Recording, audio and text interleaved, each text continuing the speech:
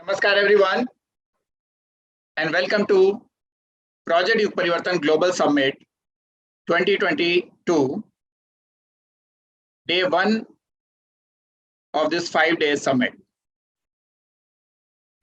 Let me quickly take you through the context setting of how the event is laid out and how we will proceed with the various sessions of the eminent speakers that we have invited for this summit.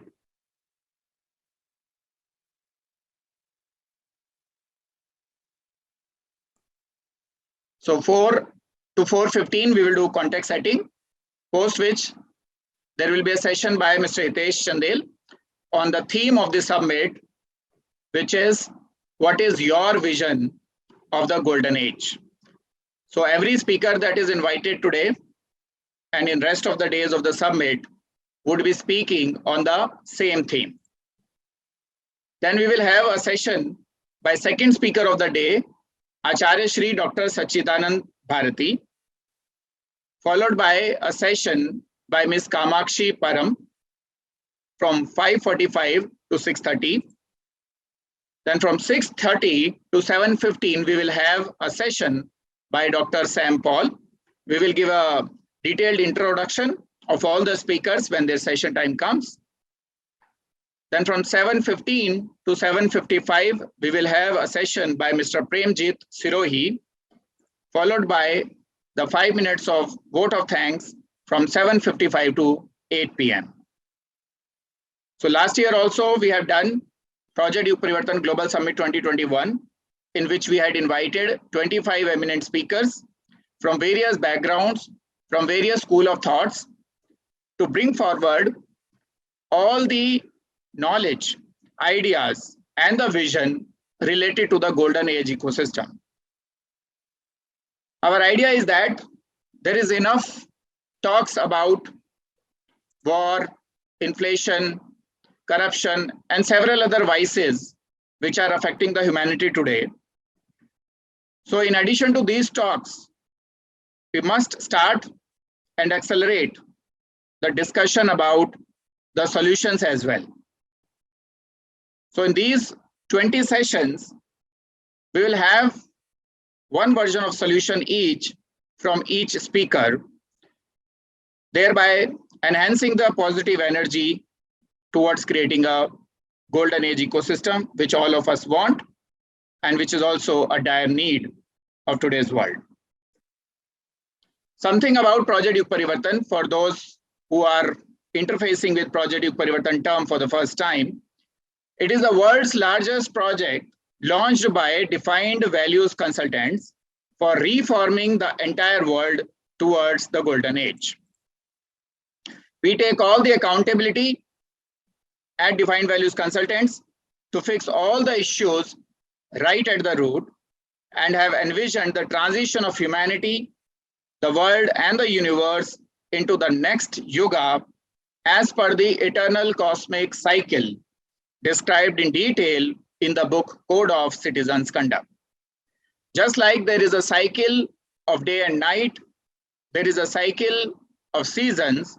Similarly, there is a cycle of collective human consciousness, which we call as Chaturyugi cycle or the cycle of various eras.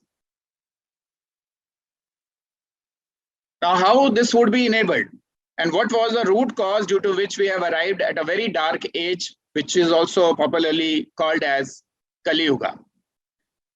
It is due to the decline of collective human consciousness from the usual and the minimum required zone of consciousness towards leading our life, which is called as self-actualization or sthit pragya or the stage of Sabhi Samadhi, or you can also call it as the seedful contemplation or ekagrachit.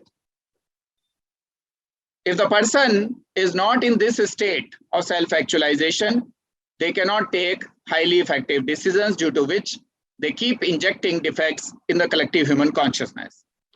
So we have diagnosed the ecosystem, both the macrocosm and the microcosm, and have arrived at the conclusion that restoring people's consciousness towards the self-actualization will do the trick and fix all the issues right at the root. Self-actualization is a state of self-awareness from where a person can take highly effective decisions and becomes a visionary thought leader. At self-actualized state of mind, a person's observations reach very close to the root reason of the problem. At this stage, the latent potential of the human being manifests into optimum performance. As a matter of fact, which we can see from the various problems of the world today, that very few people of the world today are able to achieve actualization of their latent potential, resulting into an acute leadership shortage in almost all institutions today. So the framework that we have designed, Self-Actualized Leadership Development Program, is to create the collaboration between self-actualizing leaders from all domains across the planet and resolve all problems of the world right at the root. And in the session 1 today, we will also get the detailed analysis of this framework and see whether it is promising enough as being claimed. Now about Project Yug Parivartan Global Summit 2022. It is a spectacular event to bring several eminent speakers, thought leaders, visionaries, and luminaries together as part of our efforts to synergize the world through Project Yug Parivartan Synergy Platform, with an aim to unite the humanity as one family, one country, one workplace, and one philosophy, which means एक परिवार, एक देश, एक कर्म भूमि और एक धर्म भूमि. The Project Yug Parivartan vision is inclusive, exclusive, and conclusive vision to unite the humanity into one family, one country, one workplace, and one philosophy.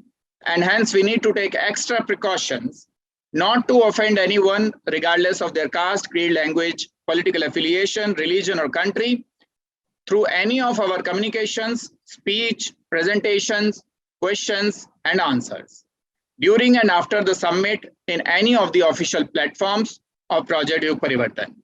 So all the moderation that we do in any of our forum is based on these parameters.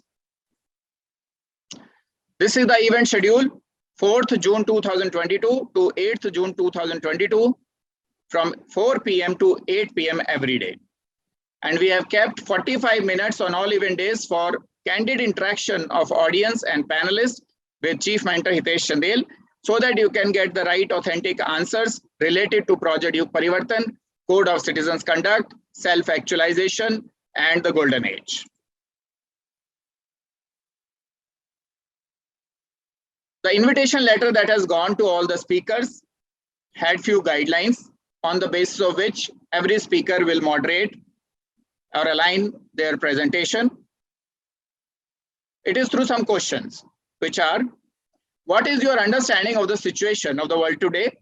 In your opinion, do we need a grand change in the governance and constitutions of the world? Or the world is just doing fine and big reforms are not required? What 3 things you think should change for the ecosystem to become a golden age ecosystem from the dark age ecosystem that it is today? What is your take on the role of spiritual mentors and religious leaders in creating a golden age ecosystem? What is your take on the role of political organizations, governance systems, United Nations, and NGOs in creating a golden age ecosystem? What is your take on the role of business organizations in creating golden age? And what is your take on the role of a common man in creating the golden age? So everyone's contribution is important, whether big or small. Every contribution is important to complete the entire jigsaw puzzle that we all have to collectively solve. And how do you see your vision and mission converging with Project Yug Parivartan vision? Because as we claim, it is an inclusive, exclusive, and conclusive vision to save the humanity. So where are those integration points that you see as part of your vision and the PYP vision? And finally, what help do you seek from Project Yug Parivartan Synergy Platform, which is a platform meant for integrating the humanity into one unit, right? So these are the guiding principles that we have given to all our speakers. So I hope in next 5 days, we will get a lot of insights into creation of this golden age, and may also do a soul searching as to what could be our role in making that happen and to accelerate the pace through which it is moving. So with this, I would like to hand over the mic to my colleague, Sophie Secura. Thank you. I am pleased to invite our first speaker of the day and the summit, Mr. Hitesh Chandel, to share his views with us all on the Golden Age ecosystem. Mr. Hitesh is the Chief Mentor of the Defined Values Consultants, founder of Project Yug Parivartan, the author of Code of Citizens Conduct, Rashtra Dharm, and there are several ways in which we can introduce him. What blows our minds away is the conviction and the self-belief that this frail structure of a human holds within himself. The confidence that he exudes when he says that he is accountable for every single event and action in the universe, whether good or bad, is infectious. When he says there is an avatar within each of us waiting to manifest and exude a grand mission, one believes him with ease and gets down to act and behave like one. Indeed, it is my proud privilege to be introducing him formally to this audience.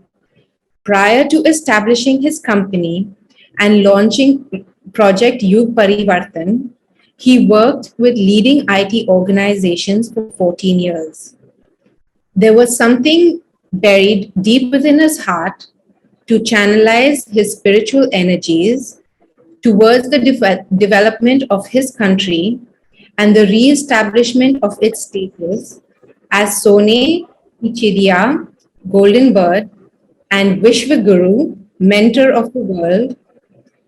He was deeply inspired to research ancient Indian philosophy and contemporary Western organizational development philosophies to create a blended human and organizational development framework, which he called Self-Actualized Leadership Development Program, or SALDP, which has the best of both worlds integrated into one. He has spoken in more than 500 public seminars and workshops and addressed more than 50,000 audience, from college students to senior corporate professionals to politicians and freelance professionals from various domains. He has codenamed the scope of his mission as Project Yug Parivartan, which is an all-encompassing vision to bring about the golden age for humanity. To summarize, he is an author, serial entrepreneur, spiritual revolutionary, leadership coach, and a visionary thought leader. Whatever has been accomplished by mankind has first been manifested in the mind of man. And we have here the man who has manifested the golden world order in his mind and in the minds of an enormous number of people. It is only a matter of time that it will be manifested in the entire world. So let me present to you our chief mentor, Shri Hitesh Chandel. Thanks, Sophie, for this wonderful introduction. I hope I would be able to do enough justice to the serious subject of creating the utopian world order, the golden world order. We have no doubts that you will. So we have kept the name, the code name of the world order that we want to create as PYP Wise World Order, which has two meanings. One meaning, as obvious, is a world order which is not just smart, but also wise. And second thing is WISE as the acronym, which means Worldwide Integrated Services Ecosystem. An ecosystem which is integrated with each other. All the components of the ecosystem are integrated in such a fashion that it serves high quality service to each citizen on this planet. It is like everyone is being serviced by everyone else, and everyone is serving everyone else. It is based on the principle of oneness, which we realize once we are at the heightened state of consciousness, where we see that the rest of the world is also part of our extension only, where we see the entire universe as one unit. So how could one part of it would be served while the others will live into scarcity, starvation, and are deprived? So all this has happened, as there is a popular saying that the world has enough for everyone's need, but the world doesn't have enough for even one person's greed. So most of the problems that we see in the world today are artificial problems created by the ineffective decisions by human beings. So all the speakers, all the 20 speakers, including myself, will talk about our version or our vision of golden age and how all these services can be integrated in a seamless fashion. So let me begin with the formal presentation. It is 4:31 now, so I would like to complete in next 29 minutes. So it could be slightly faster than usual. So those who are associated with Project Yug Parivartan since a while now, they have heard about this vision several times. And it is important to keep repeating, as it should go very deep into our hearts. It should go up to the level of realization, and it should go up to the level of accountability. Vision may be shown by one person or a group of persons, but when we come to implementation of it, large number of human beings have to synergize together to make that happen. So in next 28 minutes, I will share my vision of golden age. What kind of world that I want for myself as well as for our future generation. So if you see very quickly, dark age. Dark age is nothing but a planet which is full of problems, like crimes. Of course, it's a man-made problem. Rich-poor divide, man-made problem. Workers and citizens, agitation, terrorism, pollution, depression, inflation, unemployment, recession. All these are man-made problems, including some part of the climate change. Some part of the climate change is as per the principles, because the nature works on the principle of change. And it says that the only thing that is constant is change. So some part of climate will keep changing, but what we have done to it has escalated the problem to a level which may lead to a large scale devastation all across the world. And some of the trailers can also be seen through various media reports published these days. So other than this climate change, everything is a human error.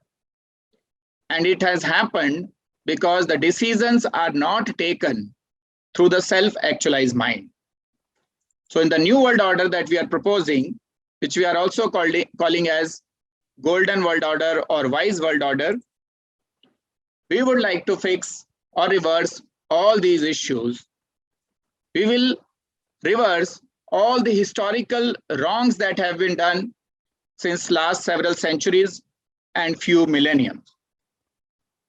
All these can be reversed by correcting the course, by doing the course correction of the thinking direction of the people on this planet, especially the people on the leadership positions. Now, as I said in the beginning,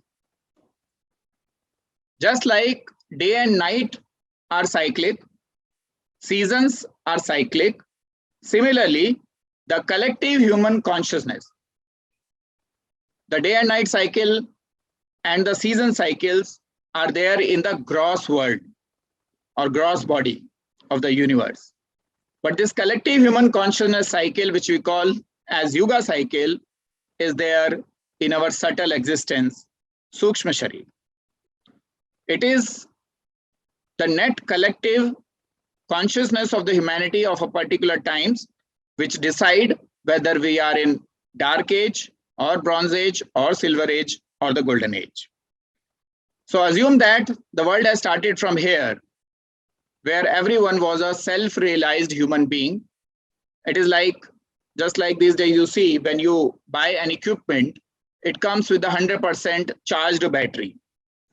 Similarly, when human beings were first created, they were created with 100% consciousness and not according to the theory that Darwin has proposed, because that doesn't comply well with the cause and effect principles on the basis of which this universe functions without fail and without any exception.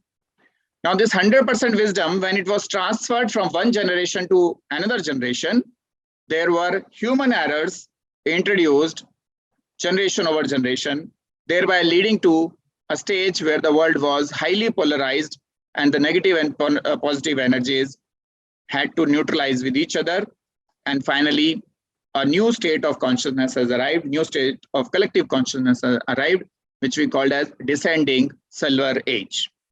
Now, similarly, this continued and we had arrived in descending bronze age, descending dark age, and then since last 2,600 years, we are passing through ascending dark age.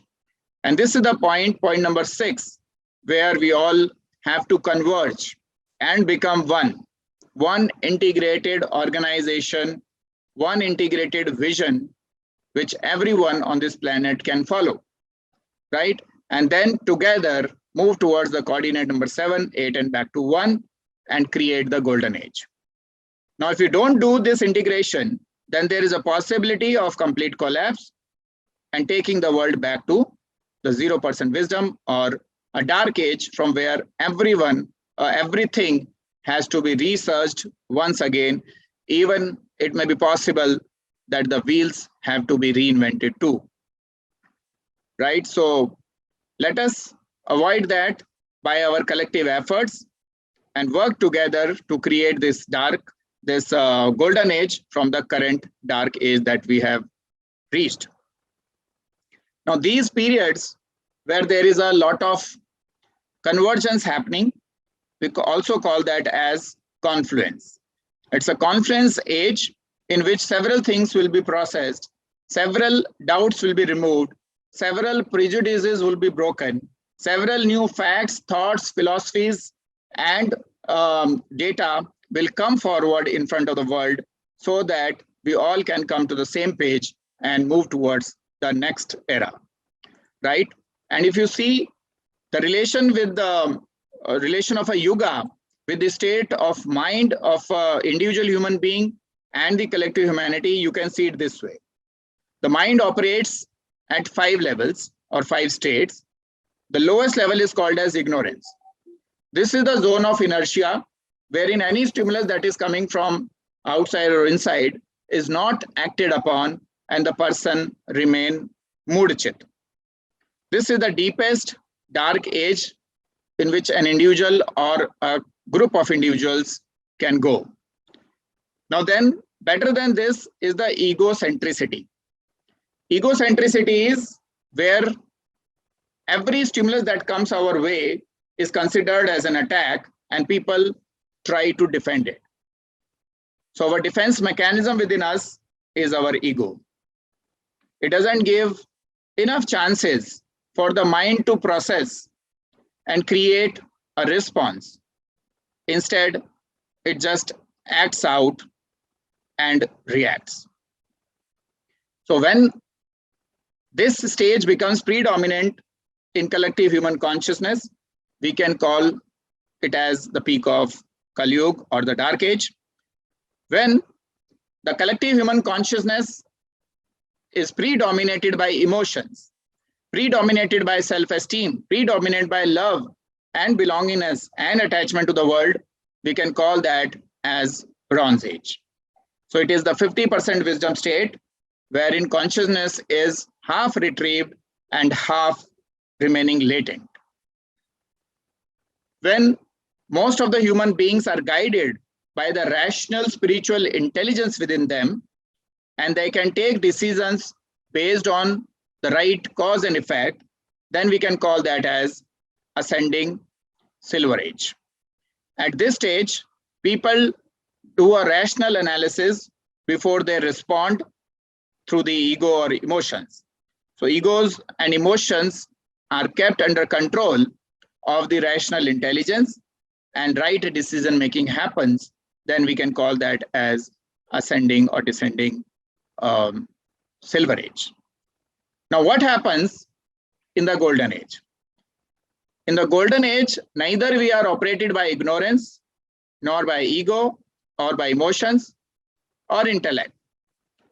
We are operated by Vivek Shakti or wisdom. Wisdom is something which is above rational intelligence.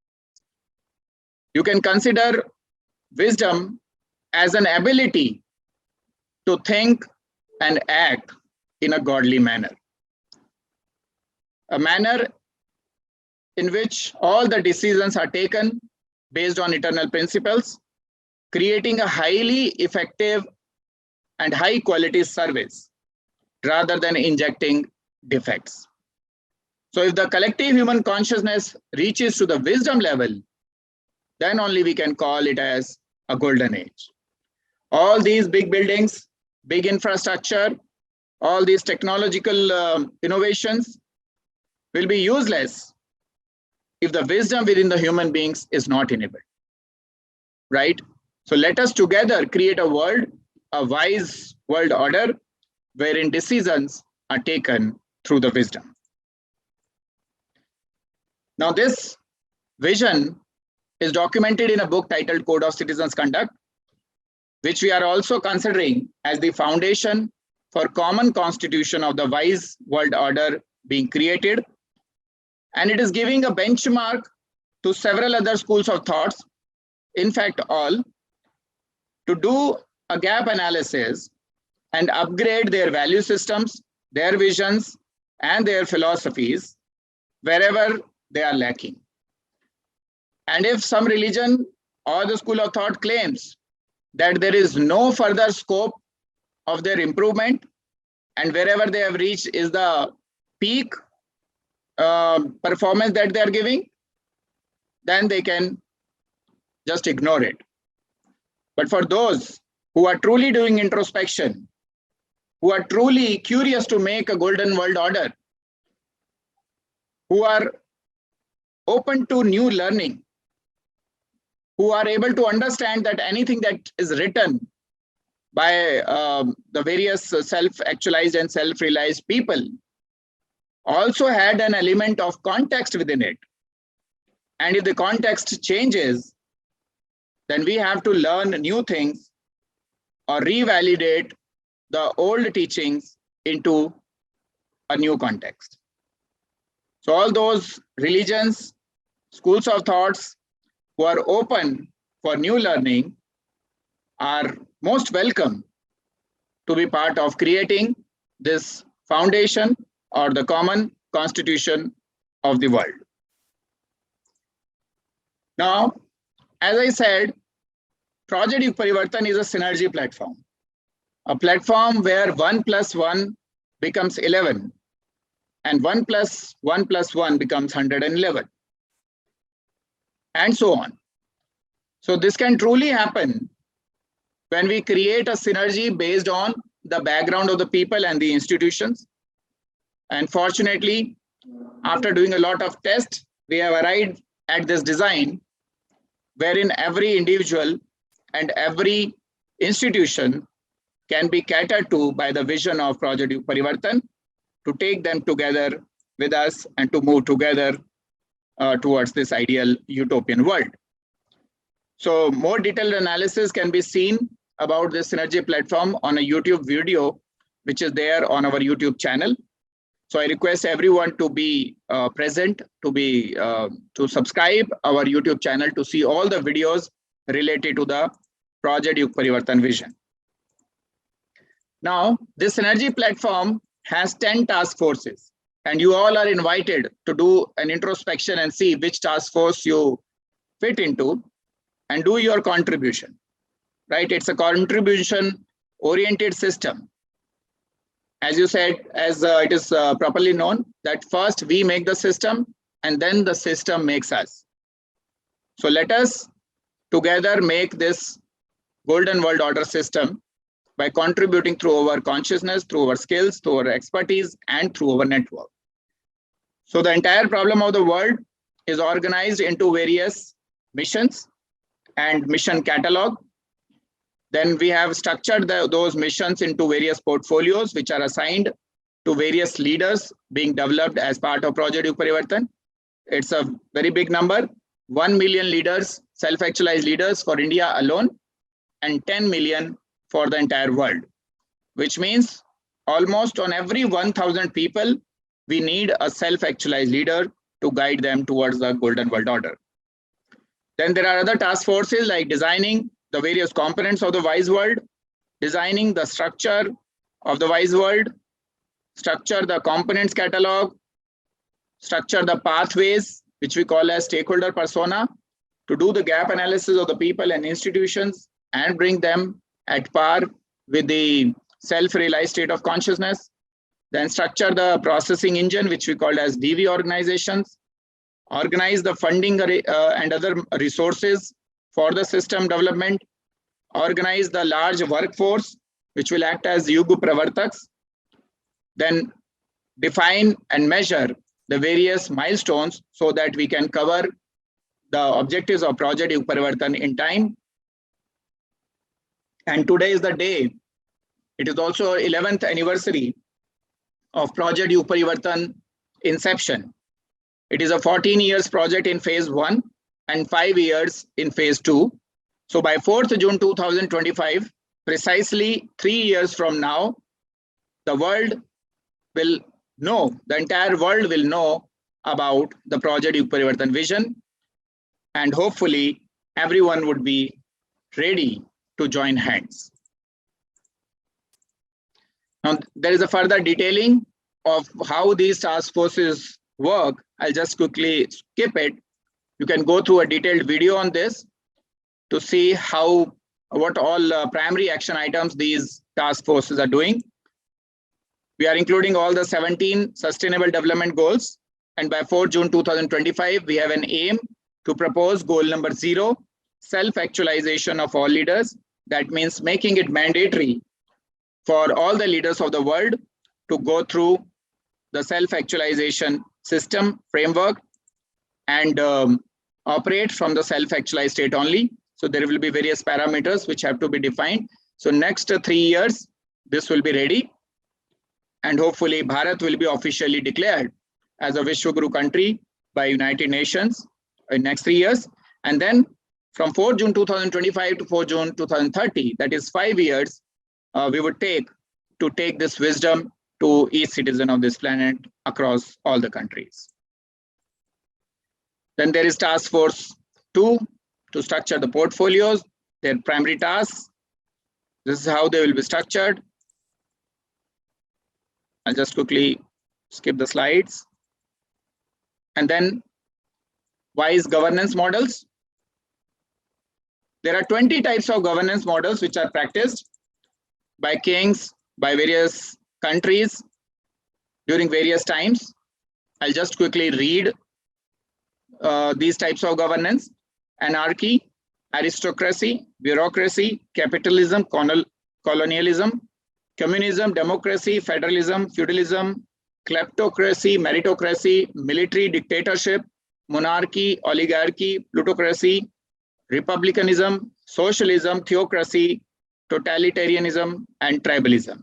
So we are defining a 21st type of governance system in this 21st century so that we can have best of all these 20 types of governance systems and eliminate all the demerits of these governance systems from this 21st type of governance that we will propose for the wise world order.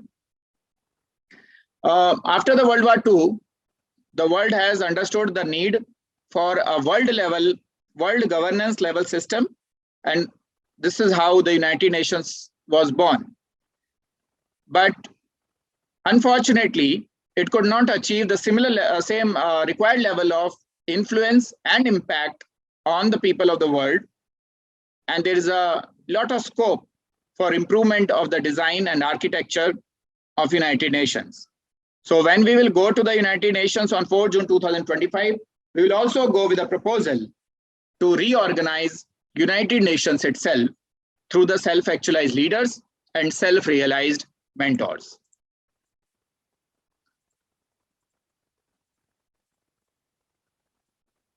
Then this design structure of wise world. So we are naming several entities like wise village, wise city, wise cluster, wise state, wise country, and wise world, and defining all the components which are required to create such structures. This is just a high-level view of this 2 by 2 kilometers commune, wherein all components will be run based on eternal principles and natural laws, so as to bring peace, harmony, happiness, and fulfillment in the lives of every citizen who would live into these wise city infrastructure. And these wise cities will have an external infrastructure also. And then the 4 wise cities become complementary forces to each other, neighboring wise cities, to create a block of wise cities. And 4 to 6 such blocks will become one wise cluster. And 10 wise clusters will become one wise state. And 10 such wise states will form one wise country. So there is a lot of restructuring and reorganizations which will be required at the country level also.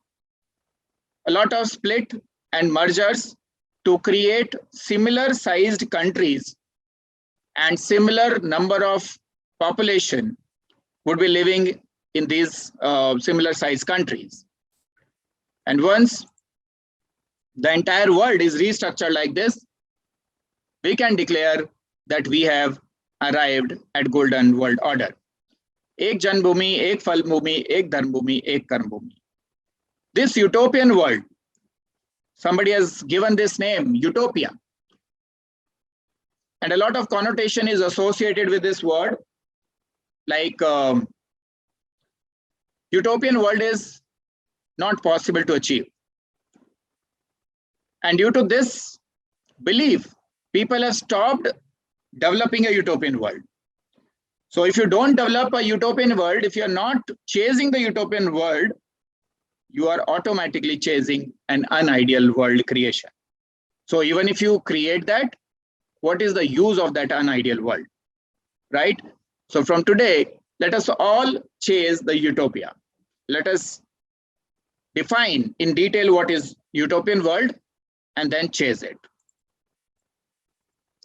So the entire structure, as I was talking about the various wise components, wise cities, clusters, states, and country and world, there is a new type of organization structure of leaders, which is also being created. Those who will lead the components will be called as additional associate leaders. People who will lead 2 by 2 kilometers wise cities will be called as associate leader of Project Yug Parivartan Synergy Platform. Then cluster leaders will be called as senior leader, and state leaders will be called as principal leaders. Country leaders, who are currently called as prime ministers and presidents, will be called as deputy chief leader, because we have to break these nation borders as well. There is a lot of ineffectiveness which comes into the execution of work due to these country borders, right? So there should be a seamless integration of the entire humanity into one nation. So even United Nations should drop its plural and should become United Nation, right? And this United Nation will be governed by a chief yoga officer, a person who can do yoga integration of the entire world into one unit. This is how it was started also in the ancient civilization. Then there are other task forces which you can go through in detail, which has a lot of components. So for all the 4 pillars, we have 15 components defined. So overall 60 components, and more components are in the making. And each such component will enable the self-actualized leadership potential in the people who will govern and the people who will use it. Then there is a stakeholder persona creation, that every human being has to be classified into one of these personas so that we can create the bridges for them to come closer to the golden world order from wherever they are today, right? Then internal processing engine of Project Yug Parivartan creation. A lot of event types are being formulated, and each event type will have an input and output criteria to add value to the ecosystem. Then there are various types of funding sources which are being organized, and we are in the process of writing their processes as well, so that no project or sub-project in the Project Yug Parivartan will get stuck due to funding. There is enough money on this planet and enough natural resources to accommodate 1,000 crores human beings on this planet if we just take care of this unstoppable greed of just handful of human beings, right? Then to induct people into the system, we have designed a framework called as Self-Actualized Leadership Development Program, which enables the maximum vision of a human being to think and act like God. That means to develop the ability to see the universe, to see the world from God's point of view. Because the cause and effect principle doesn't work based on our point of view. It works based on the God's point of view or the absolute point of view. If somebody is atheist, then also it is fine. There is an absolute truth, right, from where the entire world is being governed. And this is the seeding target of how many people have to be developed. As I said, 10 million people have to be brought into self-actualization level from the current estimate of 7,80,000 people only. So these 10 million people, 1 crore people, will uplift the living condition of people who are struggling at the lower 4 levels. And this can be done by creating 10,000 effective mentors, Sadgurus, who can take this wisdom of self-actualization to these 1 crore people. And this is a different way of showing that we all are in a chakra view, having a lot of layers, 6 layers of illusions, which have to be broken to reach at the absolute truth at the coordinate number 7. Right? So this is platform once again. So after the summit today, I'll share the link to the Synergy platform. From wherever you are, with whatever capacity you have, you can join Project Yug Parivartan Synergy platform, as rightly said by a self-actualized person, that if you are clear about your mission, then don't wait for anything else. Start where you are, use what you have, and do what you can. Right? So with this thought in mind, I'll park my presentation here. We'll invite our second speaker in a few minutes. If somebody has a question, we can accommodate 1 or 2 questions. Please raise your hands and I will give you the permission to speak. I can see Mr. Faraz Ahmed wanted to ask some question. Yes, Mr. Faraz, you can ask your question. Okay, no question. Anyone else having any question on this vision of Golden Age? We will learn about several more visions of Golden Age from the speakers, 19 speakers that we will have on these 5 days. No question?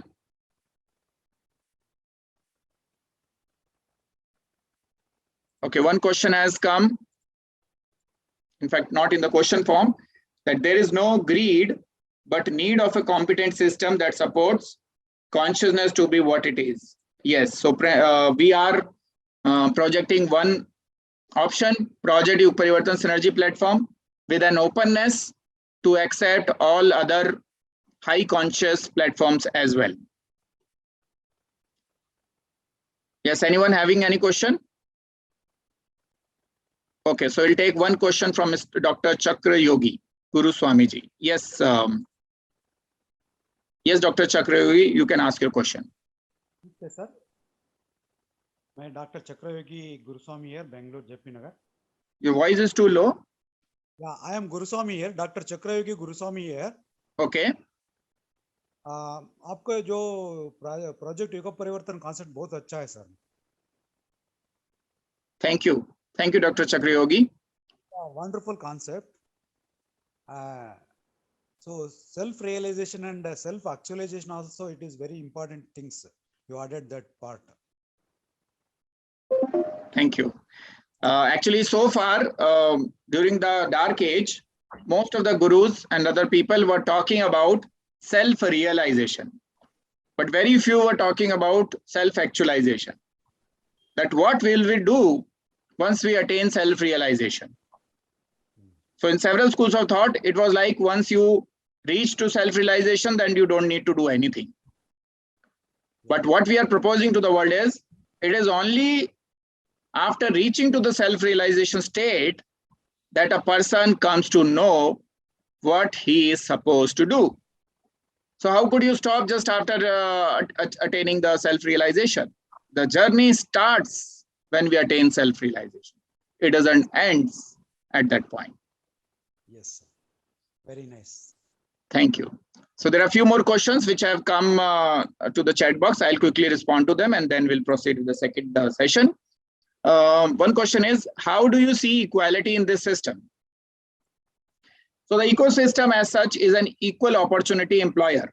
It gives the equal opportunity to attain the Aham Brahmasmi state by every human being on this planet, right? God is not unjust. The creator is not unjust. So from his point of view, everyone is equal. It is the human community which has forgotten this principle, right? So we have to restore this principle of equality, equal opportunities for everyone to achieve the God state of mind. So regardless of in which family, which caste, which religion, which country somebody is born, they should be considered as the asset of the planet, and accordingly they should be grouped in a similar fashion. This is what we will propose through the education system of the Golden World Order. And last question that I'm taking is from Dr. Ashok Kumar Gupta, who says that can we not move directly to Golden Age? There is a popular saying that there is no shortcut to any place worth going. We need to realize that to raise the consciousness of 780 crore people and several generations that are coming our way, we need to do a lot of effort, right? So when the transition of the humanity will happen, it will pass through the upward cycle from the Dark Age to the Bronze Age to the Silver Age and then back to the Golden Age. So on the way, we will encounter the other ages as well. But once the direction is corrected and the proper momentum is given, we will eventually reach to the Golden Age. And in various bits and pieces, all of us who are alive today, even if we are in our 60s, right, there is still a possibility to see a glimpse of Golden Age on the ground during our current biological life itself, right? So please be there on this planet, raise your Ichha Shakti, and don't leave this planet unless you see the things changing on the ground as well. This is a call from a soul to the soul, right? So I would like to invite our next speaker of the day, for which I would request my colleague, Garima Verma, to take the stage. Thank you, Hitesh ji, for sharing this grand vision with all of us here. It's such a privilege to hear this vision over and over. It's a reminder to the soul. So thank you for that. सभी guests का और speakers का panelists का स्वागत है. I feel privileged to introduce our second speaker of the day, Acharya Sri Dr. Sachidanand Bharati ji. Acharya Sri is a former Indian Air Force squadron leader turned promoter of an integral renaissance of India based on eco-spiritual consciousness and a collective eco-spiritual responsibility. An encounter with death in an air accident in 1982 and the spiritual experiences following it constituted a turning point in his life. He is the founder and Acharya Guru of Dharma Rajyavedi, Dharma Bharati Mission, Tyagarchana Shanti Mission, Navasrishti International Trust, Navasrishti Academy of Integral Leadership, Dharma Bharati National Institute of Peace, Value Education and Sustainable Development, and 4 ashrams in India. He has authored more than 20 books. He was one of the delegates invited by the United Nations from India for the Millennium World Peace Summit of Religious and Spiritual Leaders organized by it in August 2000 in New York. He was conferred an honorary PhD by Concordia Open University. He's also the winner of a number of awards for selfless service and enlightened leadership. He now resides in Dharma Bharati Ashram near Kochi in Kerala, involved in developing a pilot project of the Tyagarchana Shanti Mission for an integral renaissance of Kerala. So ladies and gentlemen, please join hands together to welcome our second speaker of the day 1 of the 5-day summit, Acharya Sri Dr. Sachidanand Bharati ji. Namaskar. Namaskar to all of you. It's wonderful to be part of this platform. As I was reading through the letter sent to me by Hitesh Chandra, I was very much inspired by what he said. He had written that with every giant leap that mankind has been taking to protect itself and make human life comfortable, unknowingly or sometimes knowingly, we have taken an equal step towards self-destruction. We must take a cue from Mother Nature, pause and do some course correction while still we have some time. I think these sentences from the invitation letter is what inspired me to be part of this global summit. And listening to Hitesh Chandra and his big dream, I was very much inspired to be part of this. The subject chosen by me or given to me for this presentation is an eco-spiritual sustainable development paradigm. An eco-spiritual sustainable development paradigm. I consider such a paradigm to be the foundation of the much needed new course correction, essential for rebuilding the pandemic devastated world. The thought leaders in the present world, like our friend, esteemed friend, Hitesh Chandra and others, must come together to develop such a paradigm, which I think he's already doing it so beautifully. So we must join hands as we are from our own point of view, bringing in our own unique talents and resources for the common good of humanity at this time in human history. So as the time frame allotted to me is quite large, 45 minutes, I thought maybe I will elaborate on 5 core factors, elements in this presentation. That is, the first thing I want to share is my understanding of the interdependent organic nature of creation or the world. Then the collective eco-spiritual responsibility. We have a collective responsibility to Mother Earth and to all of us. So we'll reflect on this responsibility a bit. Then the three constituents of an eco-spiritual development paradigm: an eco-spiritual vision, an eco-spiritual ideology, and an eco-spiritual action program. Then we will also share a bit about eco-spiritual sustainable development organization that we have been trying to develop over the years. And finally, we'll also talk about a global eco-spiritual coordination center, which can coordinate these programs of all of us from different point of view, different places in the world, a World Peace Center. These are some of the ideas that I've been working on since the last 20 years in a way, because as I was introduced, I came into this mission from a totally different background, an Air Force officer, flying planes, enjoying my life, went through a death experience in an air crash, then developed certain spiritual experiences, which finally brought me to what I am today. So let me begin with my reflection on the interdependent organic nature of planet Earth. Planet Earth is a living organism.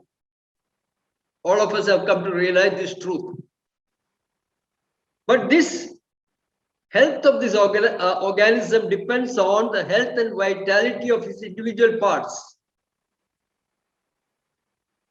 So if the planet Earth to be healthy, the various parts, various species, various groups all have to be healthy.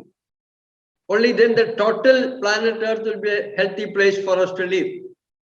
So this interdependent organic nature of planet Earth is one reality we have to keep always in mind when we talk about development patterns or development modes.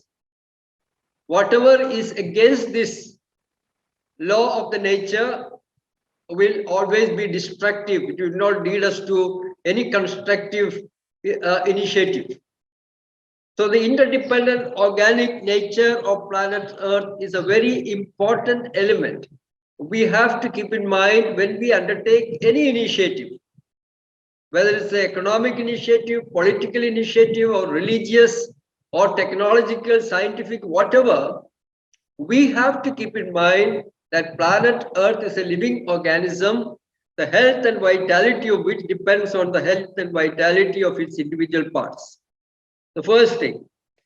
Then we also see that there is a unity underlying the various diversities in the world. Immense diversity, but underlying all this diversity, there is a spiritual unity. And there is a unity of all life. And then there is also the oneness of the ultimate reality. Egam Sat Vipraha Bahuda Vadanti. So these four pillars of an integrated world order, the solidarity of humankind, the unity of all life, the interdependent organic nature of planet Earth, and the oneness of ultimate reality. To me, these are the four pillars of an integrated world order, which is essential for the Satya Yuga to emerge, the golden age to emerge. So the foundation has to be laid first, a strong foundation based on these eternal principles that is being understood, cherished by the rishis and sages of our land. Then from this realization, from this consciousness, we develop a collective eco-spiritual responsibility. Now we talk about social responsibility.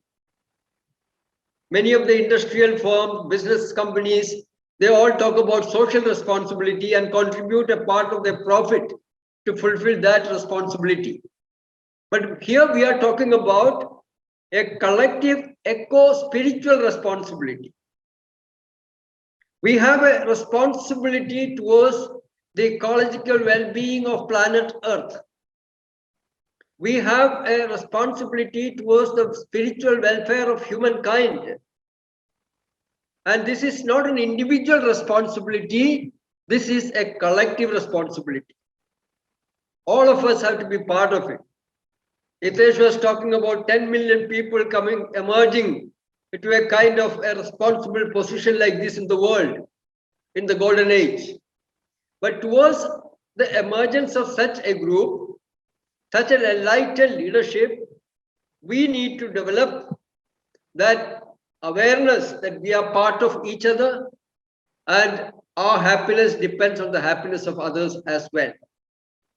So the development mode or model of development has to be more based on this happiness index. Many countries, beginning with Bhutan, has started something like the developing the happiness index. The development is measured in terms of the happiness index, not the gross national product, which has no scientific foundation or spiritual foundation to it. If you go by the gross national product, if there is 1 million people, half of them below poverty line, and just 100 of them making multimillionaires, then the GDP of the country will be more. So this is not the true development model we need to adopt. Rather, what Gandhi said, recollect the face of the poorest man you have ever seen and imagine in what way your decision, your initiative is going to benefit him. It is from that level we have to measure the development. Not in terms of the GDP, not in terms of the total wealth of the nation, but in terms of the life of the poorest of the poor in the country. So that is the development mode we need. So then we also need to talk about the various constituent elements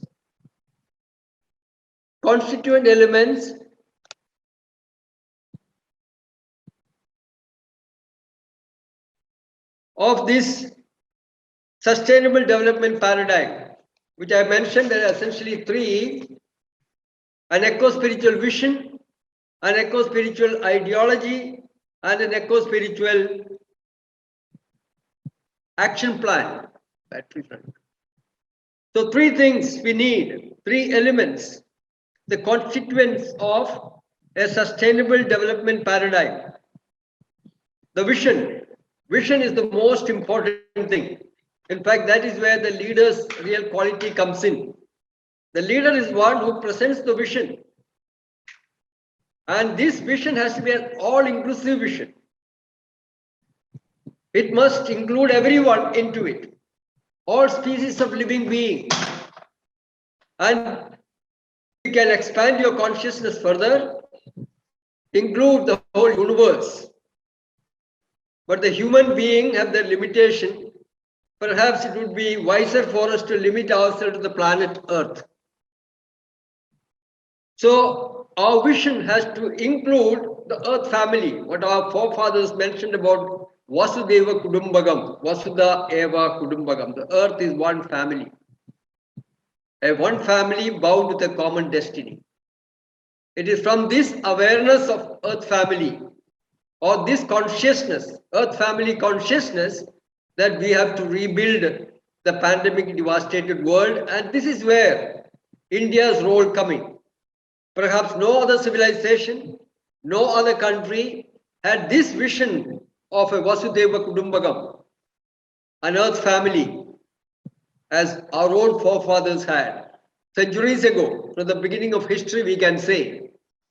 So Hitesh's vision of India being a Vishwaguru is really a vision that India deserves, and a vision that India has to take up and fulfill as her own mission, to be a leader, a thought leader, a spiritual guide to the humankind. So that vision is what India has to provide to the world. And we had other visions like Dharma Rajya, the kingdom of God, where everyone can live together peacefully, enjoying the comfort or being happy together, a life of happiness and prosperity, a life of peace and joy. So that is the concept of Dharma Rajya, the kingdom of God. So this vision has to be very clear in our mind. The kind of world we want to live in. Satya Yuga, or the golden age, or Dharma Rajya, or Vasudeva Kudumbagam, whatever name you give it, it implies that we are part of each other and we are bound with a common destiny. We perish together or we flourish together. The COVID-19 pandemic has shown this reality to us in a very powerful way.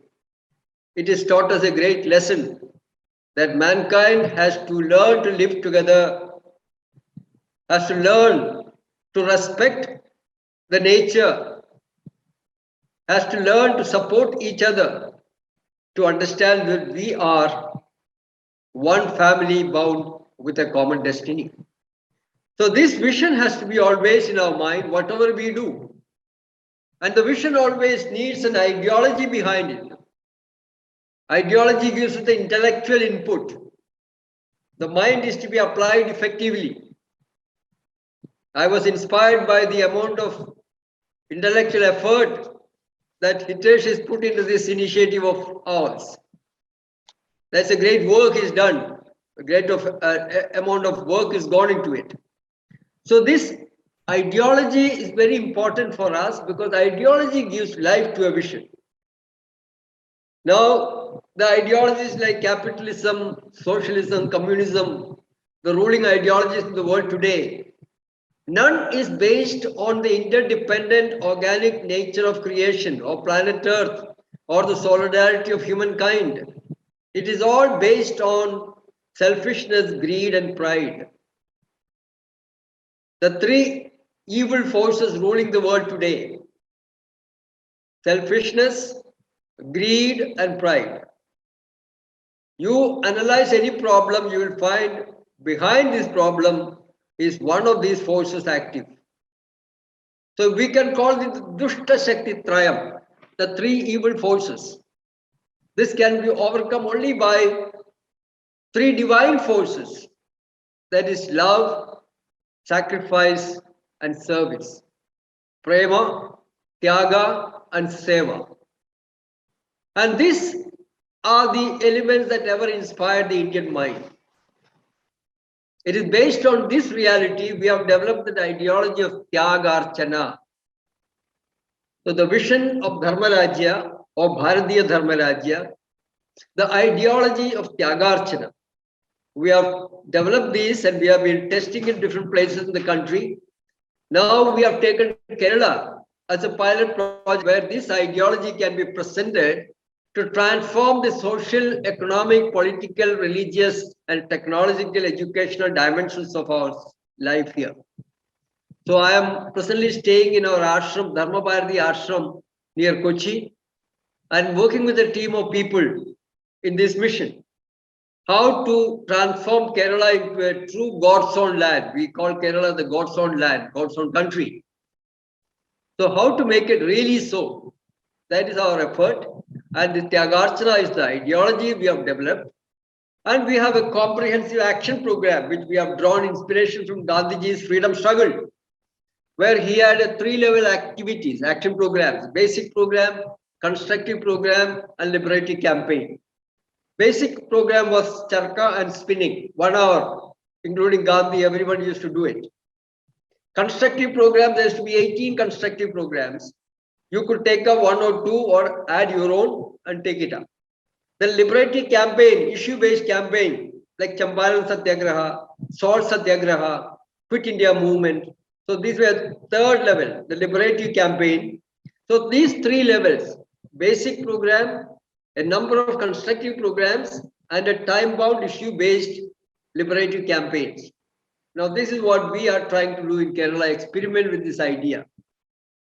So we have taken Tyagarchana Jaiva Samardhi. That means an eco-friendly, holistic lifestyle as the basic program.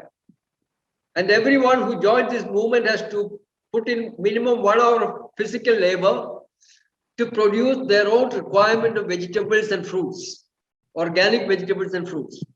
So this is a basic condition to be part of this movement, Tyagarchana Jaiva Samardhi. Then we have the Tyagarchana Paura Dharma, or the fundamental duties of Indian citizens. There are 11 fundamental duties. You can take up one or more of those and try to implement it in your own areas, in your own place of work. So that is the constructive program. Then the liberatory campaign is a campaign to build a liquor-free Kerala. Kerala consumes the largest amount of alcohol in the world today, per capita consumption. The government of Kerala survives on the money generated from sale of liquor and lottery tickets. So the Kerala model development is a balloon. It can burst any moment, and it's already bursting. Kerala is in a heavy debt now. So this model of development is not going to sustain ourselves as for long. So we need to develop a sustainable development model whereby we depend more and more on the local resources, on our own initiative to generate wealth, the requirement for ourselves, starting with our own food requirement. So the liberatory campaign aims at liberating Kerala from this addiction to liquor and drugs today, and channelizing the youth energies for constructive work, especially beginning with organic farming, cooperative ventures, partnership ventures, all eco-friendly. So this is the initiative. Then of course, we also talk about Panchayati Raj democracy. You know, in 1992, we have brought in the Panchayati Raj Nagarpalika Act, whereby giving a lot of power to the people at the grassroots.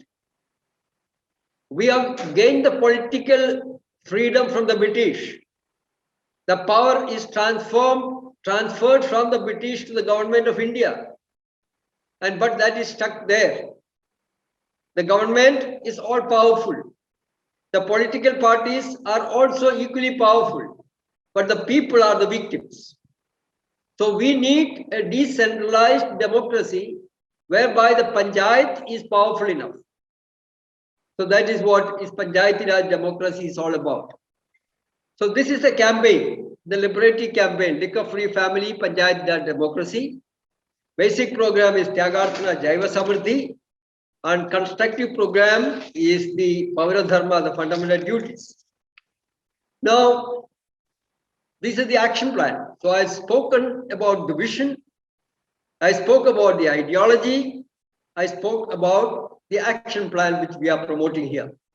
Now, what is required for all this is an organization, professionally managed, with people highly motivated, people with this earth family consciousness, or the responsible citizenship awareness, or the collective eco-spiritual responsibility. We need such people. They are to be formed into a group, train them in the leadership development. I just finished one master trainers training program whereby just 10 people have been prepared. So they will have 1 year of field work now, through which they will experiment with these ideas, what they've learned, and then develop a model of development, a model of sustainable development for Kerala. So these are some of the initiatives, and we have created a kind of a body, what we call Dharma Raji Vedi. Dharma Raji is our vision, the kingdom of God, or the golden age. So a Vedi is again a platform. Now we are talking about the Yuga Parivartan Synergy platform. So similarly, we have the Dharmaraj Vedi as a platform through which we are promoting this vision, ideology, and action program. Now, all these will also need a kind of a world center, a world peace center, or a global eco-spiritual center. So we have been working on this vision. My latest book was in fact titled Vishishanti Peedam, which was released last October by the Honorable Governor of Kerala. So now we are working on that. So 5 things I mentioned. a vision that we are promoting, an ideology that we are promoting, and a comprehensive action program that is promoting, and an organization that we are developing, and a world center, coordinating center that we are developing, that is we call the Vishwashanti Peetham. So this much work is being done. Now, my latest book, as many of you know, I went through a death experience, which taught me a great lesson that life is a gift. It can be taken away from you anytime. So I've been trying to find the meaning and purpose of my life. And in this spiritual quest, Providence has brought into my life various gurus from various religions.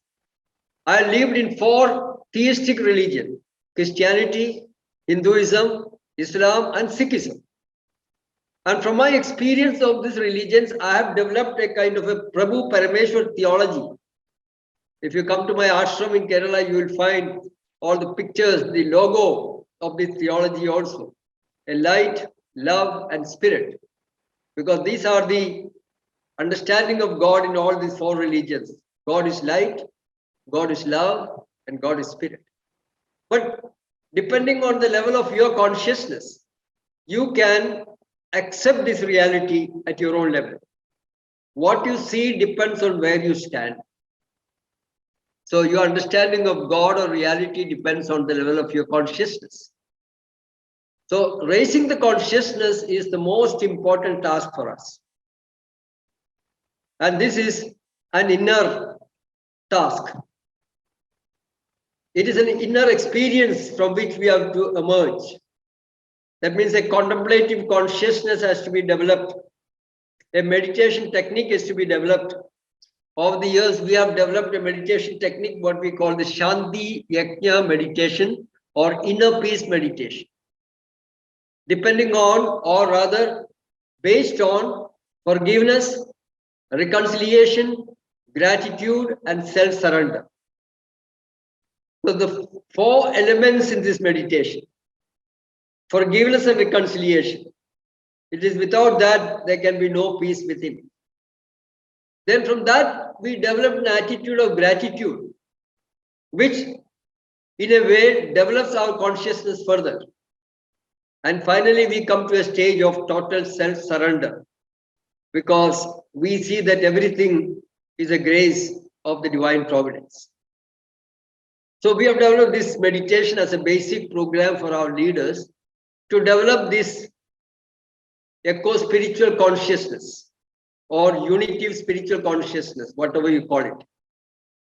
So that is an important program of ours that we promote. So in this process, I found the spirit of forgiveness and reconciliation is given to humanity in and through Jesus Christ. Just as the spirit of compassion is given through Buddha, the spirit of non-violence is given through Gandhi, the spirit of unity of religions is given through Sri Ramakrishna Paramahamsa, the spirit of forgiveness and reconciliation is given through Jesus Christ.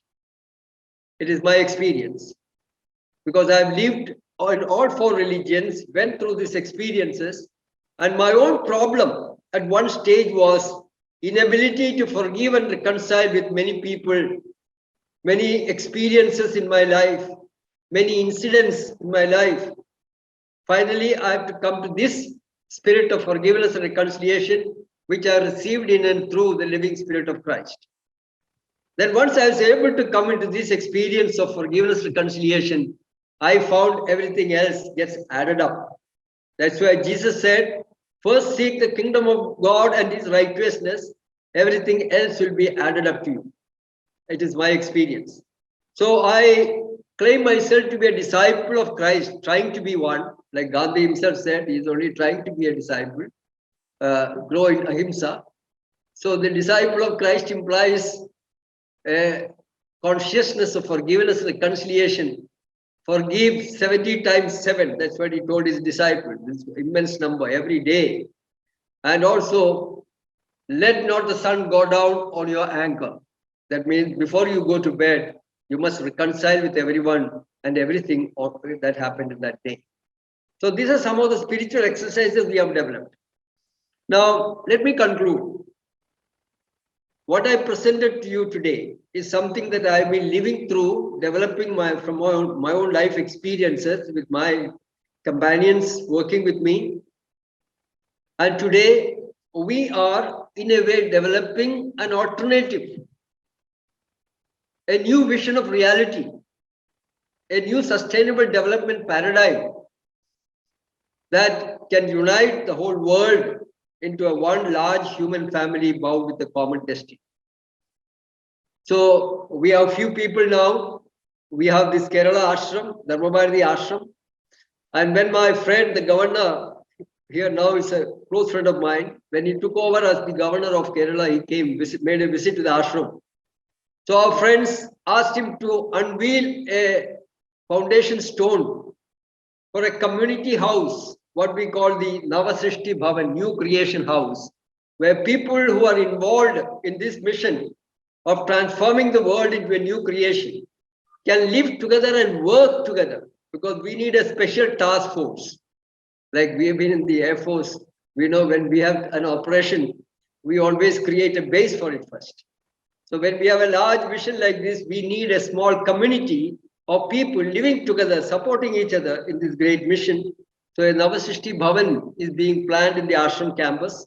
We have already begun little work. That is when the COVID came. So we had to postpone. Now the COVID is more or less over. We are resuming our plan of this Navasrishti Bhavan, which will accommodate a special task force of people who share this dream and who share this vision. So these are some of the initiatives. And now, as I conclude my presentation, I suggest that all of us, now many platforms, many organizations, many individuals, everyone is unique. Everyone has his or her own creativity, creative potential. So without compromising this individuality and freedom, we have to come together as autonomous collaborating partners in a great vision. Whether you call it the golden age, the Satya Yuga, or Dharmarajya, or Vasudeva Kudumbagam, it's all point to something great where man can find not only his self-realization, but also the self-actualization, then the self-transcendence, where we become one with the Supreme Spirit, that Aham Brahmasmi experience, Tattvamasi. So that experience, that is what India can give to the world. And that is what the Project Yoga Parivartan Synergy platform can promote for the humankind. And I once again congratulate Hitesh Chandal and the Defined Value Consultants that he has set it up for this great mission. May the spirit of providence, the divine spirit be with us in this. And thank you very much. Om Shanti, Shanti, Shanti. Thank you, Acharya Shri, for sharing such wonderful thoughts, which are very well synchronizing with the spirit of Project Yuga Parivartan Synergy platform. And the point that you mentioned about autonomy of the various institutions and the visions is the one key factor which we are considering in Project Yuga Parivartan Synergy platform, that we don't need to be 100% same in the vision.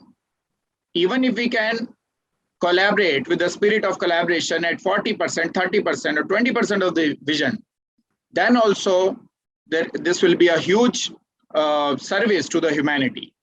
What people do is, unless they feel that there is 100% compatibility, they don't collaborate. This is something which we need to come out from. Project Yuga Parivartan Synergy platform may be started by us, maybe name given by us, but it's like a loosely coupled organization structure in which every organization, every individual have the liberty and autonomy to decide their actions. So I hope during my visit to Kerala, we would deliberate more upon it and come out with some action points of creating the synergy between your mission and the PYP mission. Thanks a lot. We really got very much enriched, and several new insights have got developed. And I hope this would lead to a great service coming our way in future. Thank you very much, and I look forward to a collaboration like that. I'm coming to Delhi on 20th of July in connection with the release of my latest book, which I must say it is titled "A New Vision of Christianity," rather an Indian face of the Christian faith, because I find we have to build up from somewhere. And in my search in these four religions, I found the forgiving love of Christ and the forgiveness and reconciliation that Christ preached is a beginning from which we can build up this consciousness. Because this, unity of spiritual consciousness, a consciousness that can unite all of us, can only come if there is that forgiveness and reconciliation and surrender to the supreme reality. So that is why I have developed this Christ spirit as the foundation of this. And my effort has been to give an Indian face to the Christian faith. That is drawing from India's rich cultural, spiritual traditions and adding to the love and sacrifice that Jesus preached, or the gospel of Christ, or the Sermon on the Mount, give it an Indian foundation. Correct. And in So fact, that is what we are I've been inviting. doing. My new book is based on that, the Indian face of the Christian faith, that will be released in Bombay first on 8th of July. Then I come to Delhi, maybe first week of August, it may be released there. Okay. Then I make a visit to Dehradun. There's some programs there. Then I come back to Kerala. So Sure. we can So meet. please We keep can me meet while informed I'm in about the Delhi, and dates. also we can meet when you come to Kerala. Correct. So please keep me informed about these dates so that we can plan our, I also keep traveling 15 days per month. So I would make sure that I am in Delhi when you are arriving in Delhi. And then we will make a Kerala plan as well, because we don't have footprints in Kerala as of now. The only southern state which is yet to be touched. But yes, time has come for it to launch in a big way. So we'll definitely do some collaboration over there in launching Project Yug Parivartan in Kerala as well. Thank you. And fortunately, incidentally, we have the national founder president of National Christian Council also with us today as one of the speakers. So he would be the fourth speaker of the day. And we also have representation from Islamic world in coming days. And we had in fact invited Governor of Kerala also to speak on the forum. But from our side, the invitation was quite delayed. So by that time, all his dates were occupied. So we would love to hear from him in one of the future forums and have representation from all schools of thoughts and religions. So we already have a representation from Theosophical Society, from Baha'u'llah's faith, from Christianity, from Islam. Sikhism is yet to be introduced, and Jains also we have representation, and a few people belonging to Buddha community as well. So it's one world, one family, one religion. So all have to come together and converge. They may call it as with some other name, not necessarily with Project Yug Parivartan Synergy Platform. The idea is to create such synergy in real sense. So thanks, Acharya Shri. If you are available for rest of the day up to 8, so you can continue to participate and listen to the thoughts of other speakers of the day as well. It's all up to you. I will stay a little more time, then I will have to go. Sure. Okay, I'll listen to the next talk. Namaskar. Thank you. Okay. So with the wonderful insights from Acharya Shri Dr. Sachidanand Bharti, let us move on to our third speaker of the day, Ms. Kamakshi Param, and for which I would like to invite my colleague, Mr. Amit Agarwal, to invite her on the stage. Thank you, Chief Mentor Hitesh Chandel-ji, and thank you very much, our first speaker, Dr. Bharti-ji. Very grand vision and so much of resonance that you mentioned, and also we learned in our experiences with PYP and SALDP, an entire community of what PYP is trying to achieve.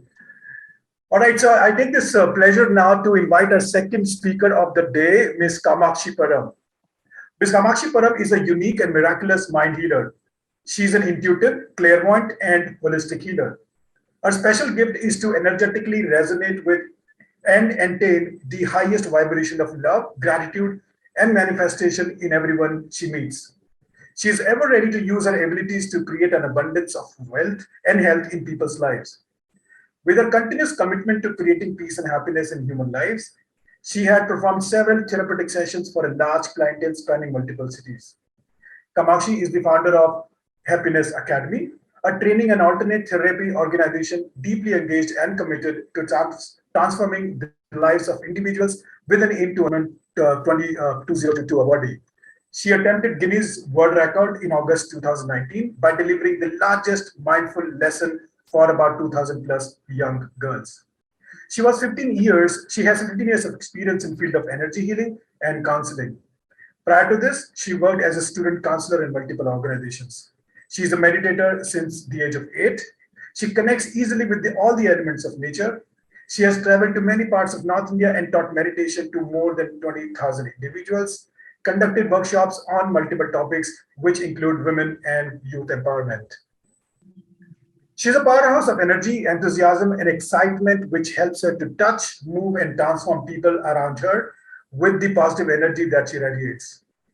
She naturally inspires people towards achieving their best. She automatically sees the big picture and offers innovative ideas and solutions to challenges. She has gentle, outgoing, and friendly nature. She loves connecting with people to help them discover their true gifts and who they really are. She sees beauty and perfection in everything and everyone. Her burning desire is to make Happiness Academy a one-stop solution for everyone's training and health needs through holistic approach. And in this process, ensure world-class delivery that will transform lives of individuals and businesses. She is on a mission to create global peace, which will create golden universe. So ladies and gentlemen, let us welcome our third speaker of the day, Ms. Kamakshi Param. Thank you, Amitji. Thank you so much for this wonderful introduction. And it's a golden opportunity for me to be a part of this Golden Summit. Thank you so much.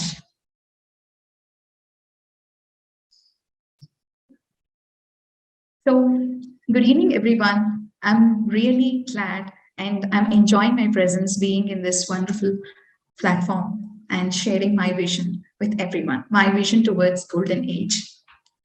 Golden Age is before us, not behind us. And that's what I'm hearing from each prominent speaker, that they are taking numerous steps to bring this Golden Age available for everyone. And it's a creation happening from everyone from within, and it's transforming outside. That's what we are looking forward to see, the golden transformation and the golden universe. So what's happening in the world? Let's see some emotions. The world is filled with these emotions. When we deal with fear, 33% is related to fear, anger is 24%, sadness is 20%. So this percentage has been occupied throughout the world, and trust remains 4%. To achieve any kind of peace, transformation, trust is very, very important. Trust plays an important role. So we need to work on all these elements to reduce that elements and bring that trust to 100%. So are we contented to bring trust to 100%? Are we enjoying every moment of our life? If we ask this question to ourselves, are we contented? Are we enjoying every moment of our life in this busy day-to-day schedule, running behind things? Over 95% of world population has health challenges, and 83% facing relationship challenges, and 89% of population facing financial challenges. And of course, everyone knows environmental issues. So, how to fix the things happening around us? Before we go into that topic more deeper, so let's see the mindset in the present time. If we divide our energy and our formation, our age in 5 categories like child, youth, young, middle age, and old age, every segment plays a certain years, certain segment. So when child of 2 to 12 years is the very important stage in formation of memories in the cellular system. It just said, what they see, they become. It's the environment, family, education, belief system, and everything around them. So, what is our role as a middle age or the elders in our family, the old age people? We need to really focus on what they are coming up, the ideology, the thoughts and the patterns and the style they are adopting.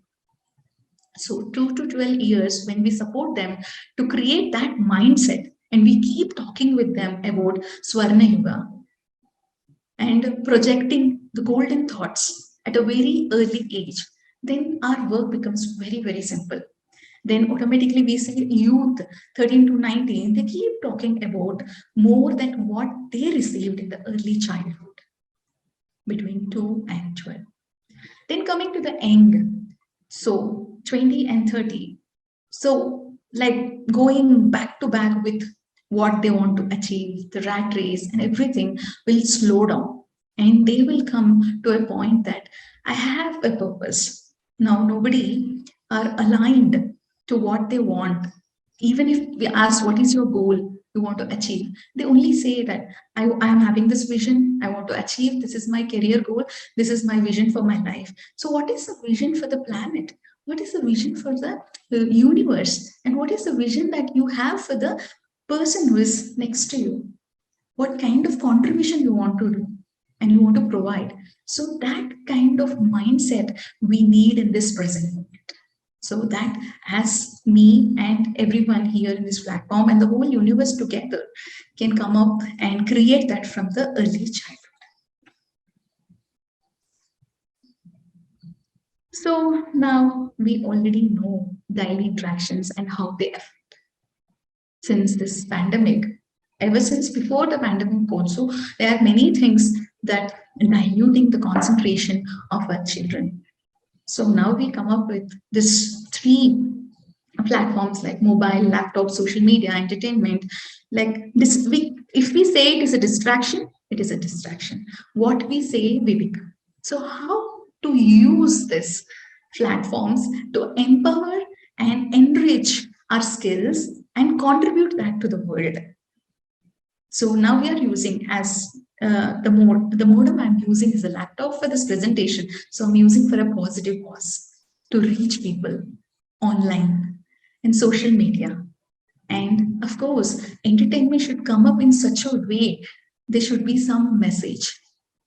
Recently, I saw a movie, just yesterday I saw a movie. It's a Telugu movie and it's a major.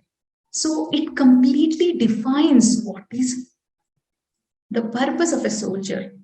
If you're a soldier, what it means to be a soldier. And the projection, the meaning completely defines that the lifestyle of a soldier. It's not just being a soldier in the army or doing service to the country. It just shows that attitude of saving people, working for the country, and bringing that love, even though it is the enmity between the other country and our country. The hero goes there on the border and plays cricket with the other border kids. So it shows that love. He's trying to bring that love and harmony, even though he's in army, where his duty is different. So the message directly goes that we are here, we can create love, we can create symphony, we can create harmony.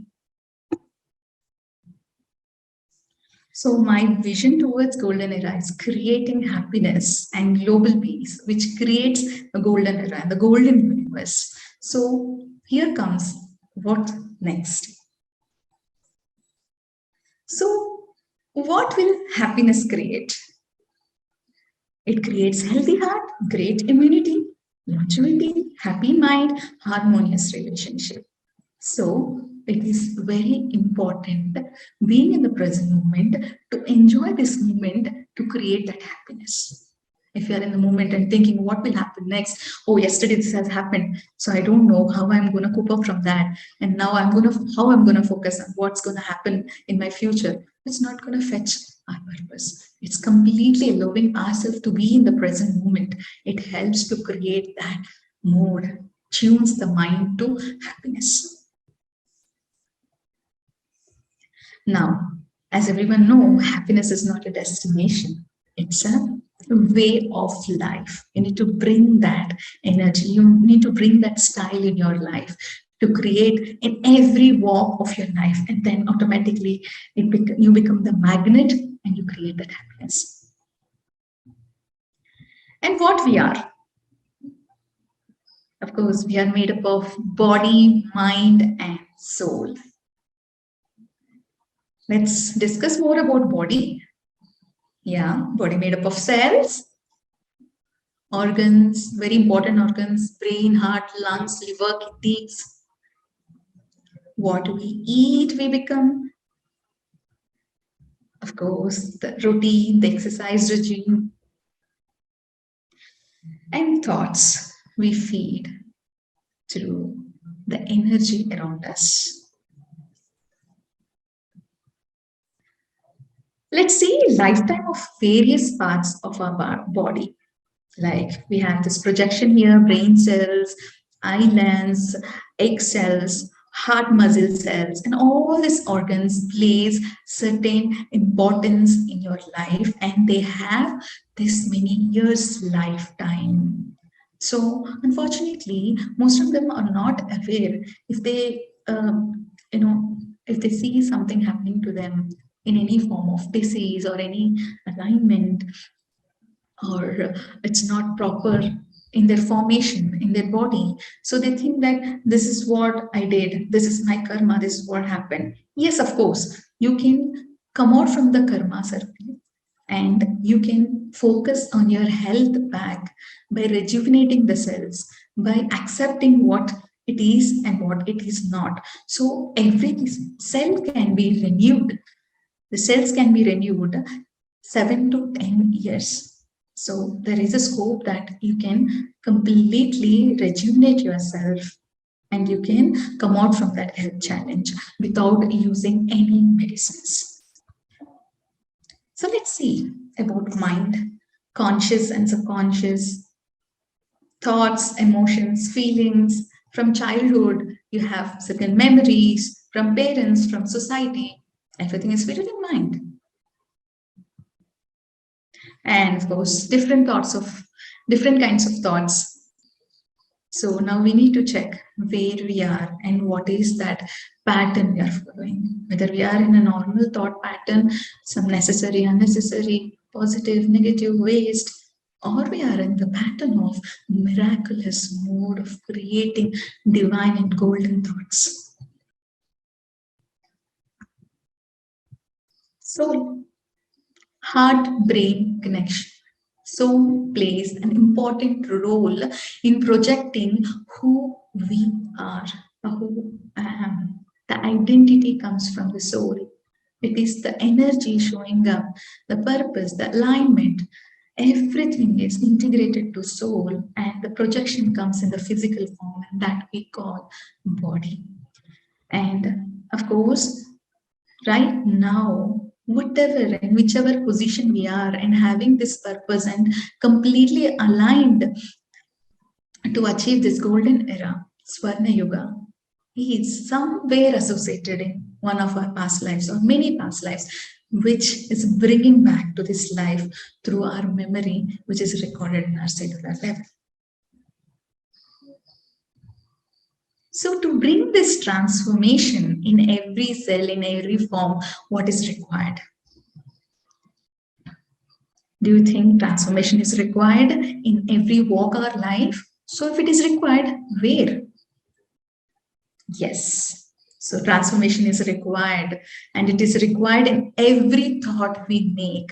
We are made up of thoughts, and we are made up of a society. Of course, we lead by the example of our leadership and the leaders around us.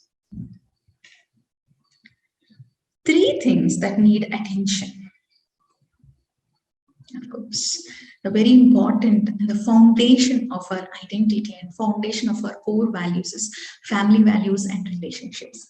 to make more powerful understanding, love, and acceptance required.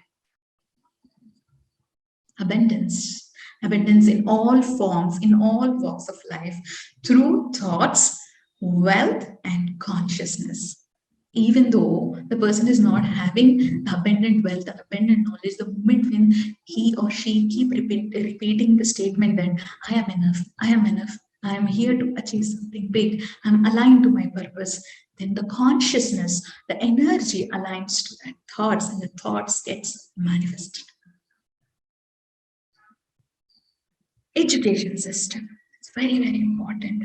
We need specialized learning techniques, skills, formations, presentations from different forms, from different parts, not just from our country, throughout the world, and imbibing, which indirectly imbibing the human values of respecting each one with us in this journey. So, what is the ideal state of mind? Being in wonderment, complete happiness, creative at every moment, living in the present moment. These are the 4 points which help you to keep your mind in the present moment and help you to be idle. There's a perfect ideal state of mind. And how to achieve this? In a golden era, to achieve a golden era, the golden universe, global peace, oneness, equality, gender-wise, wealth-wise, love, which is operating from our heart, effortless action is required to achieve our vision.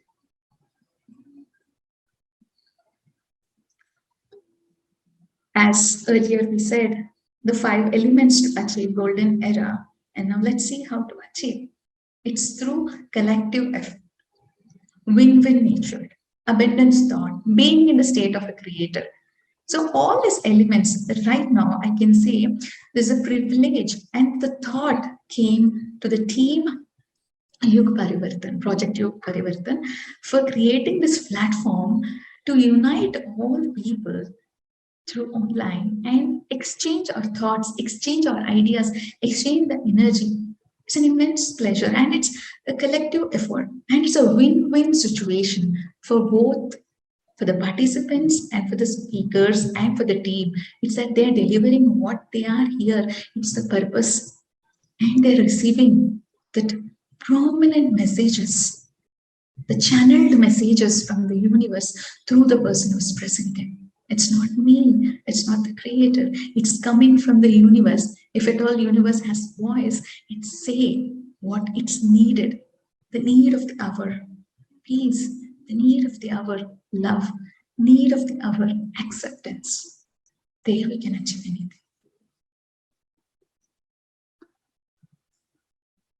Now let's see what happening at the end of every individual. So are we responding or reacting to situations? Are we really in harmony with what we are doing? For self-love, are you having that harmonious self-love, eating healthy, right thoughts, gratitude? Once you think you're not responding and you're not reacting and you're responding to the situation and taking the decision consciously, that awareness creates that expanded consciousness, and there you create harmony in every walk of life. Let's see, community, are we? So let's ask this question first. Are we supporting neighbors? If yes, that's wonderful. If no, you're not finding time, that's okay. Still we have time. Let's think about the present moment and say to yourself, yes, I take time to appreciate, to support things around me. That comes through accepting, forgiving, let go of things, memories. It may be emotional, physical, mental, spiritual, in any form. If it is not required, it is not serving your purpose, let go. And also that space, after let going, the space helps you to create, co-create, and it also happens, brings you for this collective actions. So this helps for thinking positive. When you start thinking positive, and that leads to miraculous thought formation that comes with guru meetings and meditations. So everything is interlinked. Let's talk about leadership.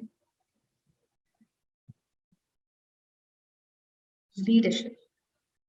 When I talk about leadership, a leader should be a meditator. It brings grounding.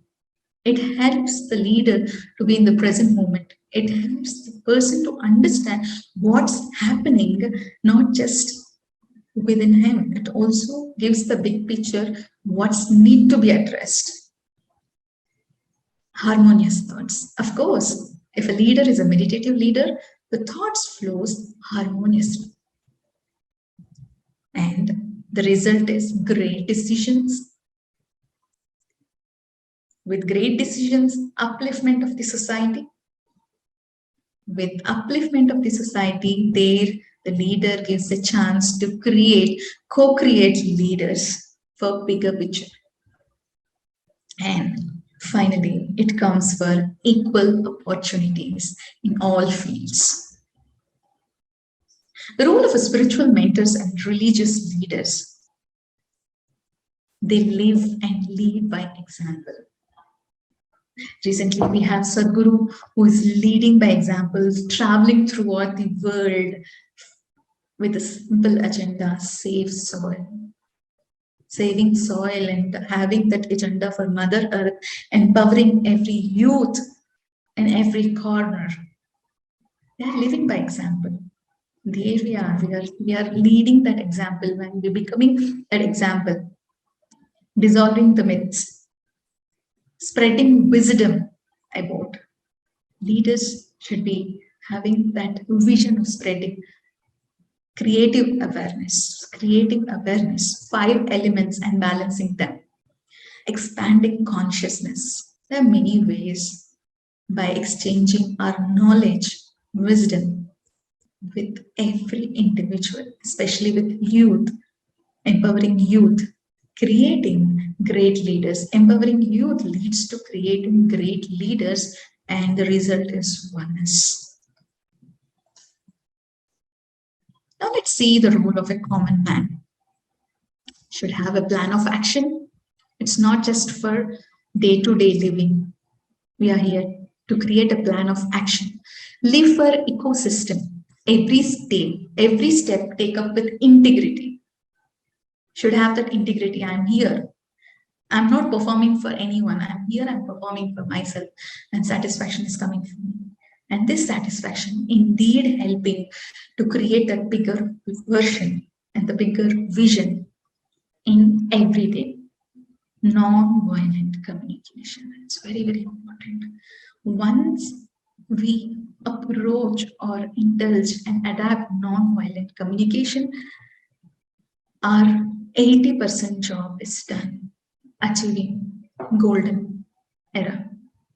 It's thoughts creating the reality. It's thoughts creating the reality. We need to fill every thought with love and acceptance. So that is lacking. Now, with all this wonderful presentation, I want to end the session with meditation. So I urge each and everyone who is participating in this time, I look forward to go ahead and project this meditation, which is a guided meditation and which is completely channeled meditation. I act as a channel and I deliver that message for each and everyone who is here. Let's meditate. I request everyone close your eyes and you can hear my instructions and you can meditate and receive that golden energy to create that golden grid for everyone to achieve the golden vision. A path to Yuga Parivartan for Swarna Yuga. Now let's meditate. Close your eyes Gently relax, sit in a very comfortable position. It's okay if you're sitting on the floor, on a chair, it's absolutely fine. Just relax your complete system. Be in the present moment.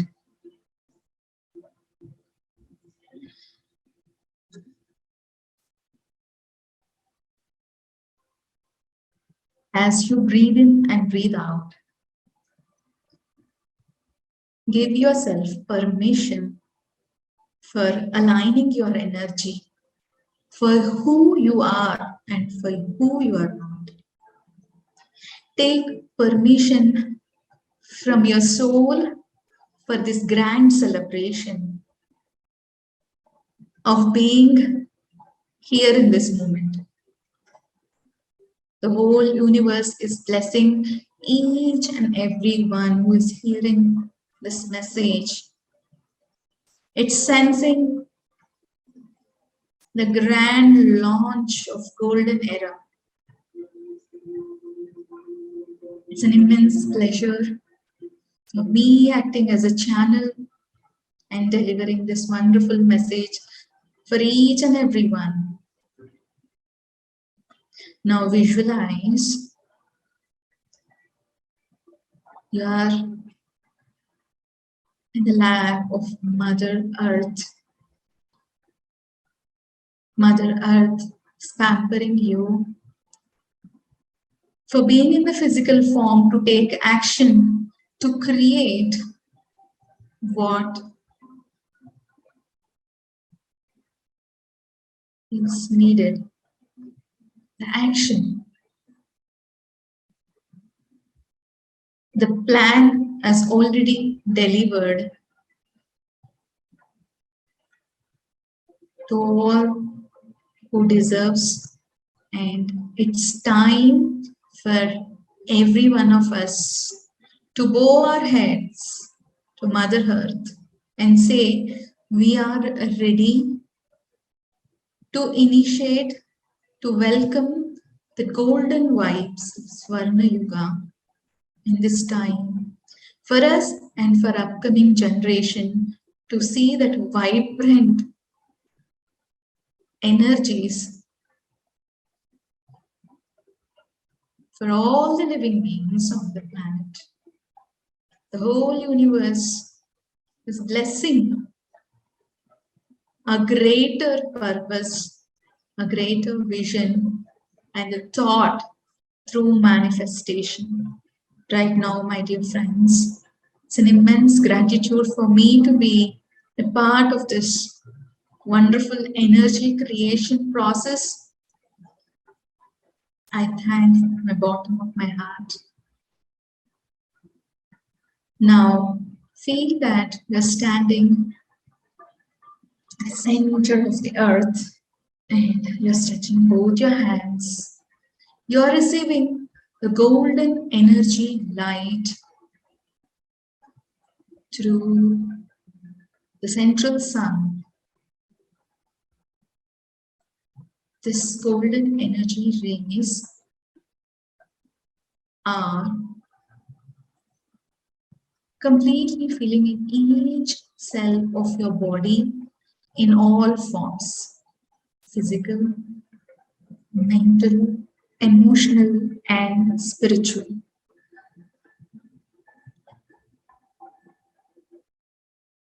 Just soak in this energy, receive this energy will make you understand your greater vision and purpose in coming days. Just surrender yourself to this energy and say, I am ready, I am aligned, I am ready, I am aligned to take actions towards creating golden era.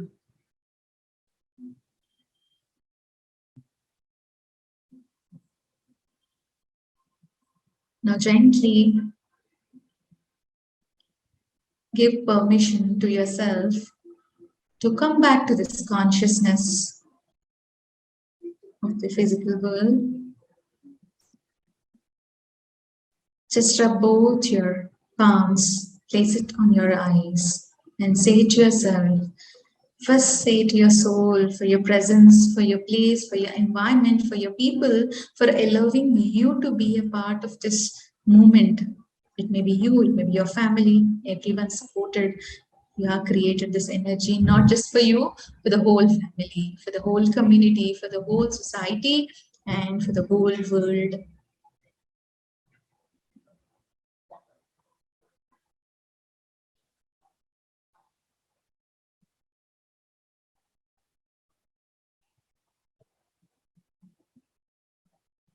It defines who you are, completely coming back.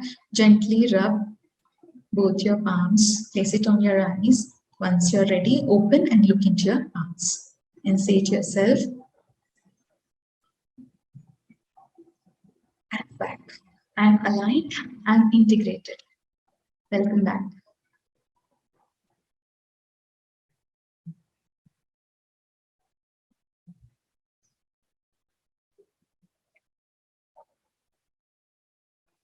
Thank you once again to the entire team for giving me this wonderful opportunity, for sharing my thoughts and giving a platform to focus our goal towards achieving golden era. Thank you, Hitesh. Thank you. Thanks, Kamakshi ji, for this wonderful session as well as the meditation. There are certain questions which have come for you. I'll just read them verbatim and then you can respond to them. So one question is from Mr. Rajesh Budraja. His question is, the normal audience for self-actualization programs are the top strata of society. How does one percolate this to the masses, and especially those millions who live each day for mere existence? Okay. It's through meditation we can bring self-actualization. So, Rajesh ji, it is very, very easy when we connect to the ground level and be in that form and spread this oneness through meditation. And of course, it can't happen in one day. It takes little time, and it helps to reach to the immense number. Good. Now, one question has come from Preti Mishra. Shall I see? Okay. Just Why do we expect and remain ignored? Actually, she asked one question and I responded to that. The initial question was, what's the root cause of unhappiness? Are we independent to choose it? So I responded, we will ask this question to you at the end of the session, but I have shared my views on it in pretty straight words. The root cause of unhappiness are ignorance and expectations, on which she has asked, then why do we expect and remain ignored? Is it by default or any other factor responsible? Yeah, the answer is already given by Hitesh. And there is one more point that I want to add. It is what, as a soul, we design coming on the earth planet to learn certain lessons. It's being happy or it's being ignorant, it's being intelligent or it's being unhappy. It is the soul decision. It's a whole and soul decision. And thereon, when it is start learning the lessons for the point which it came on the earth planet, then it realizes, okay, now it's done. I learned my lessons. Now what's next? The next moment which appears, then everything gets revealed to the person. Actually. Good, thank you. Okay, next is Dr. Samir Kumar Shah. Dr. Samir, you can unmute yourself and ask your question. Yeah. So it is nice to know that Kamakshi ji is using a skill of clairvoyance for the betterment of the mankind. And I have a question whether we can utilize this for betterment of mankind, maybe in the situation of pandemic, predicting it, or any similar, situation which would be helpful on a national or a global scale. Yeah, definitely, Samir. We can use this as a collective weapon. I can say it's a tool. I can say rather than weapon, it's a tool that we can use to predict this bigger thing. And for every cause, there is the reason. of why it's happening and what is that it's going to give projection in the bigger picture. So at least we can, by using this quality of clairvoyance, at least we can reduce the effect on mankind, planet kingdom, animal kingdom, of course, global race. Fine. Thank you. Thanks a lot. Thank you. Where do you see, I hope you were there during the presentation on Project Yug Parivartan. So where do you see your mission of Happiness Academy and Project Yug Parivartan can synergize together to bring additional service to the ecosystem? Because our belief is that in silos also we can produce service to the humanity, but when we do it together, we can produce a bigger result.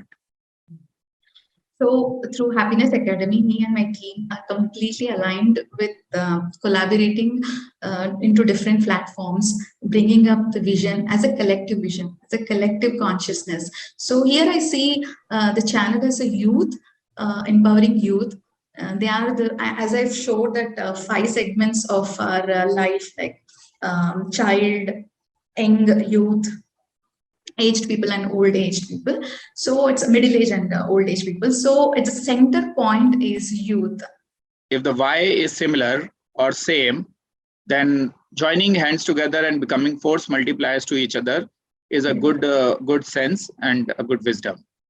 So we'll talk more in detail when I'll be there in Bangalore. And thanks for creating this platform. Thank you so much for initiating our team and our side. Thank you so much.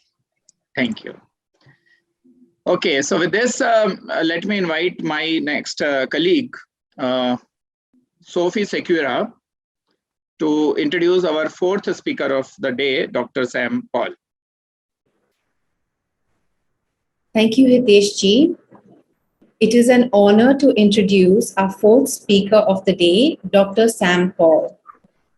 Dr. Paul has a Bachelor of Arts in English Literature from Andhra University, double Masters in Arts, MA in Philosophy from Osmania University, and an MA in Leadership and Management from Brearcrest College and Seminary, Canada.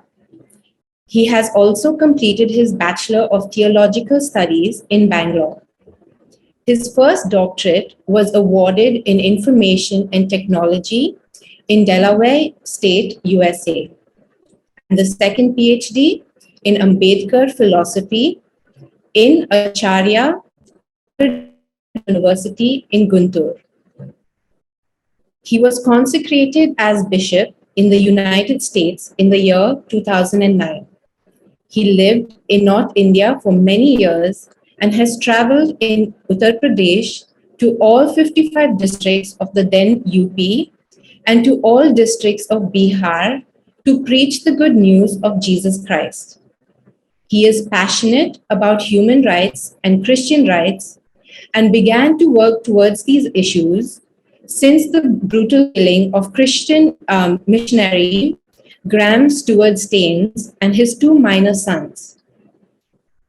Dr. Paul has represented the Christian minorities, Dalit, tribal, and women issues in the United Kingdom Parliament, in Parliament hearings, as well as individually with several MPs, and in the United States Senate, several times in senatorial hearings, as well as in the European Union. He represented the human rights and Christian rights issues to the United Nations in New York, Geneva, and in other countries in the UN conferences. He has met several heads of state and other officials in many countries and many governors and chief ministers in India to present the issues that he's passionate about. He is the follower of Jesus Christ and his teachings. Other major leaders that have motivated his leadership include Apostle Paul from the New Testament, Mahatma Jyotiba Phule, Dr. B.R. Ambedkar, Mother Teresa, Nelson Mandela, and Reverend Martin Luther King Jr., William Carey, and scores of others. He has led the international fact-finding teams and UN public hearings to many states of India, comprising of international advocates, UK parliamentarians, US senators, and heads of human rights departments from the United Nations.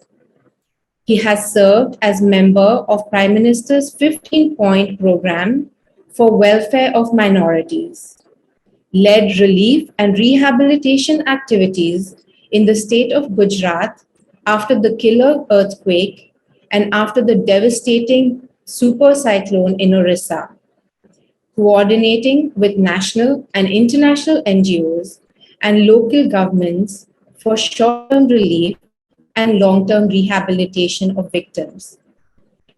He has traveled to all states and major cities and towns in India and to 42 countries around the world with his mission and for several information and technology conferences.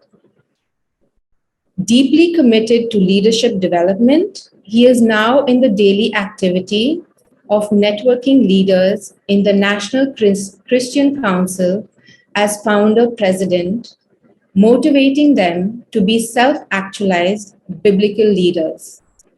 So, ladies and gentlemen, please join me in welcoming our fourth speaker of the day, Dr. Sam Paul, so we may hear his views on the Golden Age ecosystem. Welcome, Dr. Paul. Welcome to the dais.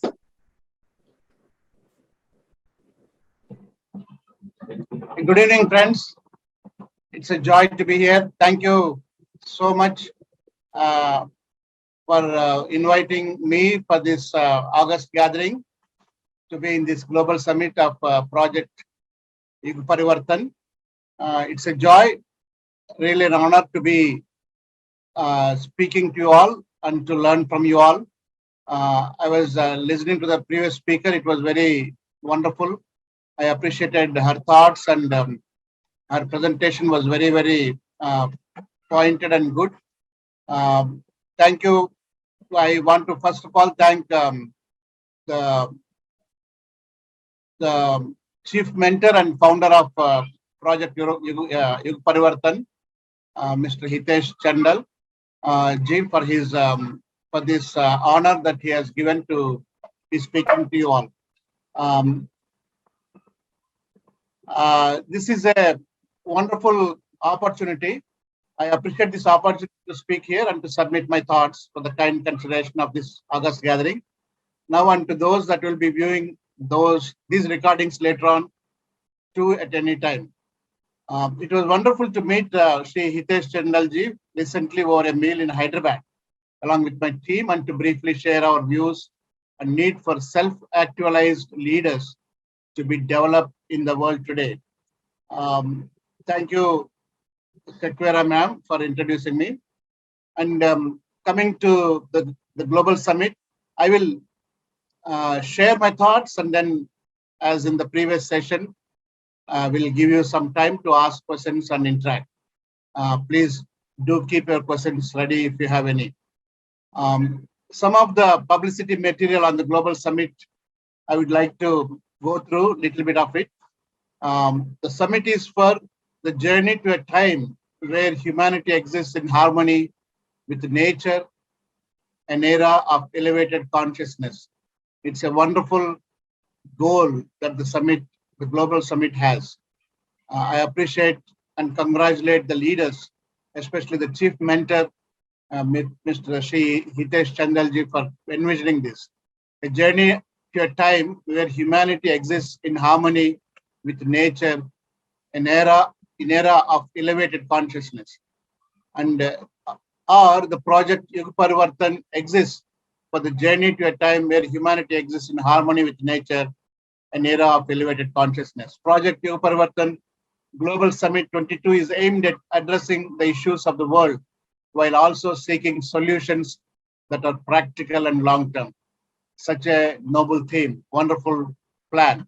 Let's journey together in our thoughts now, in our discourse briefly, now to discover a new horizon to discover the golden age. The Swarna Yuga, or the golden age, is to be attained and experienced in many ways, and it is done by many in different forms. It could be different definition for different groups, different world regions, different continents and nations. What is the golden age? And it is very different to different religious affiliations and different age groups. Children, adults, adolescents, and then elderly will have different thoughts or different responses when you ask them what is a golden age. The vision of Project Yuga Parivartan, as we already heard from the chief mentor now, is to be a global institution of self-realized mentors from all religious, social, political, and regional backgrounds. So as to felicitate the unified transition of the highest order wisdom to each citizen of this planet. This is a wonderful vision of the chief mentor. The project Yuga Parivartan, PYP, is to be self-realized, to be an institution of self-realized mentors from all religions, social, political, and regional backgrounds. So this is a very wonderful vision. The mission of PYP, to develop and network the self-actualized change leaders. I would like to term that transformational leaders from all walks of life, so as to fix the root causes of issues which are adversely affecting the quality of life of the citizens of this planet by creating a global integrated ecosystem of peace, prosperity, justice, and universal harmony. The speaker just before me, Ms. Param, has really given a lot of ideas, lot of thoughts on how to keep mind fresh and happy, and how to be meditative and inclusive leaders, and so on. So the common denominators that define the values of what is the Swarna Yuga or what is the golden age are few that can be seen. The current scenario of the world order is not in cohesion or in harmony. Means I just want to say, to have such Yuga Parivartan or project Yuga Parivartan is a big necessity, because there is a lot of disorder, there is a lot of disharmony in the world. We begin to see, as we see the news daily, we hear of wars and rumors of wars. I just wanted to find out how many wars are ongoing in today's world. Just want to refresh your memory. Maybe some of you are aware of it and some of us are not. How many wars are ongoing? It's a very high number of figure. Much of the media broadcasts the Ukraine and Russian war, but it is sad to say that there are currently ongoing wars or minor conflicts in around 36 countries, most of them in the Middle East, northwest of Asia, sub-Saharan Africa, and a major ongoing drug war in Mexico. So the world, as it is in a very difficult disharmony and a troubled situation, not at all in peace or in harmony. Russia and Ukraine, we are all bombarded every day with our daily dose of news, and we know it very well. And then there are famines and GDP that determines a country's wealth or health, economic health is falling down to the lowest in all-time history in many countries.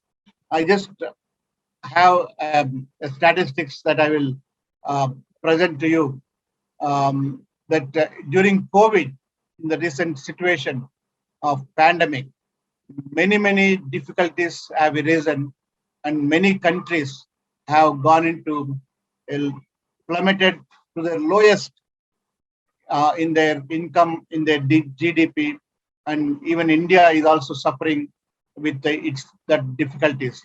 Bangladesh is one of the worst suffering, and in the recent days we hear about Sri Lanka really having tough time. So in the statistics I gathered, the commodity exports, secondly the remittances from abroad, thirdly the tourism, fourthly travel, and fifthly foreign direct investment have all come down and have affected the DGP. I just want to present or prove my statement that the world is in very big disharmony and difficulty. The countries that these factors are affecting in the GDP are in Asia and the Asian Pacific, Middle East and North Africa, Latin America and the Caribbean, sub-Saharan Africa, and small island developing states, and very much least developed countries. So basically, it covers the whole geographical region, the whole map, the whole world. So we are in a very difficult situation in our times. Wars, conflicts, then troubled GDP, which means many lives, many families affected with sorrow, with difficulties, joblessness, pain, hunger, and such difficult things. And in my second picture, the tourism that contributed to a lot of these small developing states has also plummeted as there was no travel. The physical distancing has barred many travels. So basically, many ills of human beings in various sections of society and in several geographical areas. All of us agree to this. It's dreadful to note the global ecosystem completely shattered and what I would call as disintegrated. There is a thorough disintegration in all of this. And the golden rule or the Swarna Yug that we want to think is absolutely required, and it is necessary that the world comes back into harmony, the world comes back into cohesion, the world comes back into going forward in happiness and in joy and in contentment in whatever the citizens of the world are doing.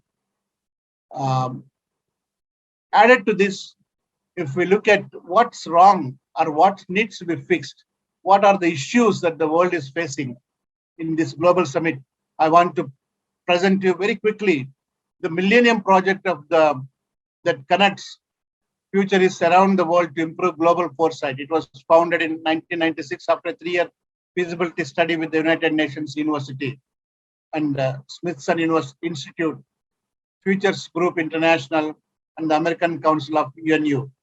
It is now an independent, non-profit global participatory futures research think tank of futurists, scholars, business planners, and policymakers who work for the international organizations, governments, corporations, NGOs, and universities. The Millennium Project manages a coherent and cumulative process that collects and assesses judgments from over 3,500 people since the beginning of the project, selected by 65 nodes from around the world. The work is distilled in the state of the future reports, future research, methodology series, special studies, and integrated into its global futures intelligence system. There are 15 ways that Millennium Project suggests.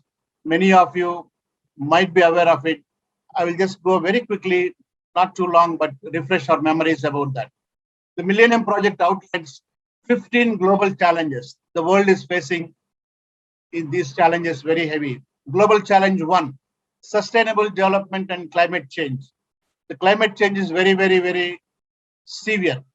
Even I'm talking to you from Hyderabad today, tomorrow, and in the recent days, They said it will be hotter than ever before, or hottest days than in the last 27 years or so. And we hear of this for Delhi, for Bombay, for Mumbai, for different cities, that we are experiencing erratic climatic change. And sustainable development and climate change is a big challenge that we are facing. Second, global challenge 2, clean drinking water. And it is not available easily. The statistics say around 75% have it, but in reality, within India, I have traveled a lot, not much clean drinking water. People have to settle for the rivers and ponds and unclean drinking water. Global challenge 3, water, population and resources. And we have difficulties in that. Global challenge 4, democratization. The democratization has its ills and its challenges. Some places not happening, some places misuse of democracy through heavy corruption that makes a mockery of democracy. Global challenge 5, global foresight and decision making. Those are the challenges that we are facing. Global challenge 6, global convergence of IT, information technology. Global challenge 7, rich-poor gap. This is a very huge thing. How in the some parts of the world, rich are very, very rich, and in some parts of the world, poor are very poor, like in Asia and Africa. The rich, for example, use clean drinking water to flush their toilets. And in the poorer sections of the globe, we don't have enough water to drink in a clean way. So this is a gap that has to be bridged. That is a challenge. Global challenge 8, health issues. Many, many health issues. We have just had the COVID pandemic. And in the recent few days, we are hearing the monkeypox, and we don't know how many variants we will have to face. We are just continually bombarded with these health issues. Global challenge 9, education and learning. That is a process that is going well and not going well in many places. Global challenge 10, peace and conflict. In many, many places, there is no peace and there is much conflict. And that conflict affects the family, affects the children, affects the whole equilibrium of mind and happiness. If there is war, for example, there is so much of difficulty for all the citizens and for the environment of people there. Global challenge 11, status of women. I'm very happy that this Millennium Project identifies status of women as a very important thing. The previous speaker to me, she also has mentioned gender equality in leadership, gender sensitivity, and so on. And I'm very glad that I want to support or second this Global Challenge 11, status of women is a big challenge in many religious circles and in many humanitarian or in many non-government organizations and in the society as a whole. And in the family system, still in many cultures, women are sadly subdued and facing difficulties. Status of women. Global Challenge 12, transnational organized crime.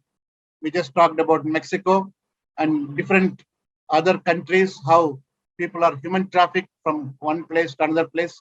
Transnational organized crime, how women are sold, children are sold, how organs are sold. That crime is a big challenge. Global Challenge 13, energy. Energy or the power that will completely vanish and that might plunge us into darkness. Global Challenge 14, science and technology.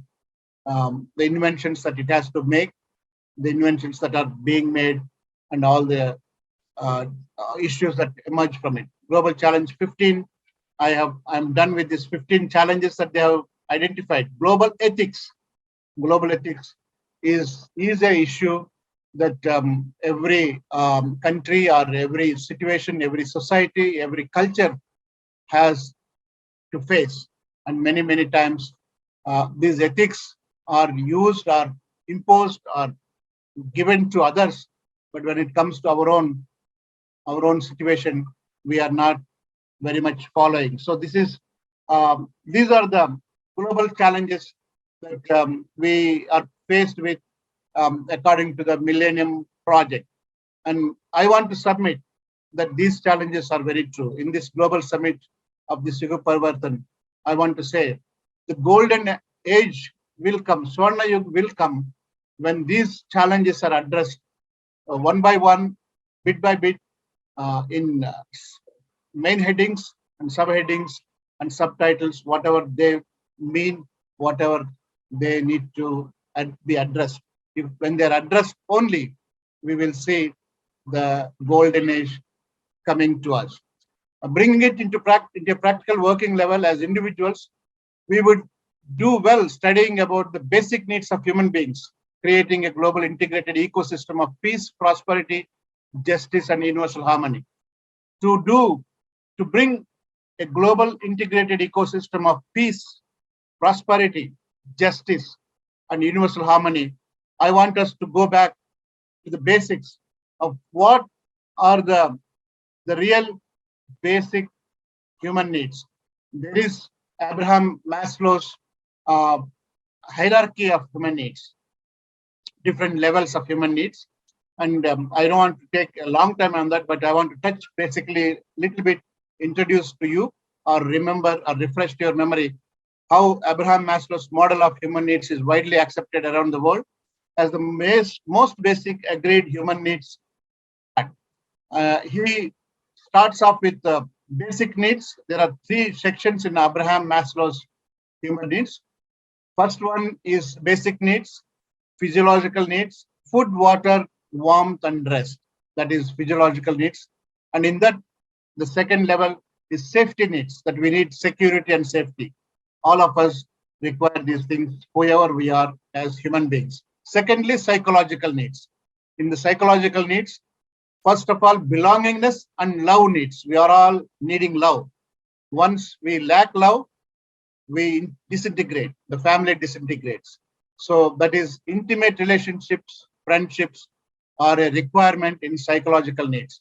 We need to have that to serve our basic human needs. Otherwise, there is a vacuum, there is a dissatisfaction in human being. The second in the psychological needs is esteem needs. We want to be, all of us needs to be having prestige and feeling of accomplishment. Prestige, I want to say, as I travel across India, many places, the caste issue that brings a lack of prestige, that needs to be done away with. I'm very happy that Project Yuga Parivartan is casteless, are religious, without religious bias, and without regional bias, without language bias. It's a conglomeration of all to become self-actualized leaders. Then the third section in the Abraham Maslow's needs, basic human needs, is the top that we achieve is self-actualization, achieving one's full potential, including creative activities. This is the ultimate goal that we all have, that we want to be fulfilling our role as a family member or as a friend or as an employee or an employer, whatever we are, that we are self-actualized person, and self-fulfillment need is a basic need. If you are a leader or you have followers with you and your members are not self-actualized, or if they don't feel fulfilled, they would soon maybe leaving us. So these are the Abraham Maslow's needs, that, and he concludes, are the pinnacle on the top is the self-actualization needs. At the very peak of Maslow's hierarchy are the self-actualization needs. Self-actualizing people are self-aware, concerned with personal growth, less concerned with the opinions of others, and interested in fulfilling their potential to their best. What a man can be, he must be, Maslow explained, referring to the need people have to achieve their full potential as human beings. Maslow said of self-actualization, he said this, It may be loosely described as a full use of exploitation of talents, capabilities, potentialities, etc. Such people seem to be fulfilling themselves and to be doing the best that they are capable of doing. They are people who have developed or are developing to the full stature of which they are capable. All of us have inherent capabilities, and the sad situation in today's world is we don't even use a small, tiny part of our capabilities. All of us. I am not capable. I don't know. I can do. Is all the lies that we have got into the stereotype answers whenever a task, whenever an attempt, whenever a challenge comes to us. I would like to say, concur. I would like to encourage, as Maslow said, the self-actualized persons are those who will develop to the full stature of which they are capable. Their capabilities are fully used. I work for National Christian Council, and as National Christian Council, our stated purpose or the theme of our organization is to develop leaders. A self-actualized person is a good leader that is capable of vision casting, planning, strategizing, and taking a team along with him or with her as he or she leads. So a leader is the one who knows where he is going and he's able to take others with him. So we, an NCC, the National Christian Council, the short form NCC, we develop leaders across the nation. We form into the committees in every district, in every state, and we have 17 wings. In all those wings of different focuses, children, youth, women, we develop leaders to help themselves, to stand on their own, to be self-actualized leaders, and also to help the society. They begin with the church and around the church and into the society, like we saw in Mother Teresa and like we saw in William Carey, who translated who started the script and printing machine in India, and who really managed to survive or to bring life to the languages by translating Bible into those languages. I have read through our chief mentor's book, much of it, most of it I have read through. Article 0.22 I want to quote of our chief mentors. He talks about the new world order, and I really like that terminology. The new world order, he outlines in detail how the new world order would look like when all the cities of the world are redesigned in the manner depicted in his article. He would give how where the fire station should be, where the hospital should be, where the how the road should be, how the security, closed circuit television, and all this. I would recommend you to read that book that is self-explanatory and vivid. In my short time, I cannot go much deeper. But a new world order, as we saw, of the GDP breaking down, going down, as we saw the wars and conflicts, as we saw the difficulties of this world, we just 100% or 200% need that true world order. I would like to give time for questions. I would make some closing remarks so that you all can have some time of questions, 10-15 minutes. We would do well to see the best of the world as per the determined standards. All of them may not be 100% accurate, but there is truth, and we will do well to investigate the truth and to find out by learning about the good things or the best things in the world. As we want to be self-actualized, we want to be the best, we want to be synergizing. I just went around searching what are the best things in the world, and I Googled a little bit, and I went into the best books or the most read books in the world, and some of the Google things we cannot believe, but this image I found in the top 10 most read books in the world.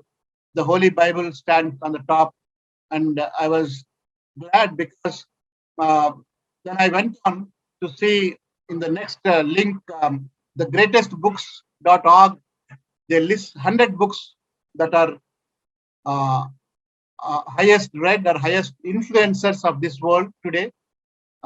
They give a list of 100 books. Most of them, I'm glad to say, I had to read with my doctorates and my MA studies, and in that number 34 in that list is a Bible that I have read several times over, and I felt very, very glad that as we go into the new world order, as we need the new world order, we have to see the best things that are there, and we have to study them. And in this search, in this finding, I also searched what are the books available in different sectors. I won't give all of them. In politics and government, in literature, on society, in science, maths, and geography, and on the fifth category in religion. What are the top books that the whole world is reading or that the whole world is following? These religious texts are some of the most influential books ever written. So I come to the fifth one.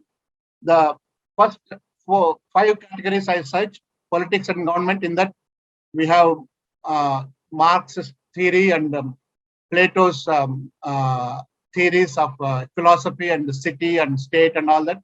And in English literature, we have Shakespeare and different ones, society and science, maths, and geography in different ways. In religion, I stick to that in my closing remarks to the religion. These religious texts are some of the most influential books ever written, serving as spiritual and lifestyle guides for countless people around the world. Or many, many millions, many crores of people rely on these religious texts for their daily guidance and their survival and their spiritual and emotional and mental peace and joy. Some of these texts are thousands of years old. The first one is the Bible. The sacred text brought Christianity to the world and has continued to serve as a source of inspiration for millions of people. It is the most translated and most frequently purchased book in the world. Second one is the Quran, the sacred text of Islam. The Quran is believed to be the last word of God to Prophet Muhammad through the angel Gabriel over a period of 23 years. This book is the cornerstone of the Islamic religion. The third book is the Torah. It is the book of the Jews. The written laws and teachings that are contained in the Tanakh have offered a way of life for those of the Jewish faith. The text provides teaching and methods of practice for daily living and has influenced art and literature in countless ways. The fourth one, the Tibetan Book of the Dead, perhaps the most well-known Tibetan text. This book was written by a Tibetan monk and discusses what happens during death, the time between death and the rebirth, and so on. The fifth one, the Analects of Confucius. The Analects is a collection of sayings and ideas attributed to Confucius, a Chinese philosopher. The text has been read and studied in China for the last 2000 years and has had a monumental impact on Chinese culture, values, art, and thought. To come to the closure of our session, the world today is just in the exact path as outlined in the Bible. I want to humbly submit a few verses before I close for your information for this August gathering that has gathered for the Yuga Parivartan, for the transformation of the world and for the golden age to come in. The Holy Bible states this in the first book of the second part called New Testament, the book of Matthew chapter 24 verses 6 and 7. I read here, you will hear of wars. Verse 6, you will hear of wars and rumors of wars. We started off on how many wars are going in 36 countries. But to see to that you're not alarmed. Such things must happen, but the end is still to come. Verse 7, nation will rise against nation and kingdom against kingdom. There will be famines and earthquakes in various places. This is what is happening.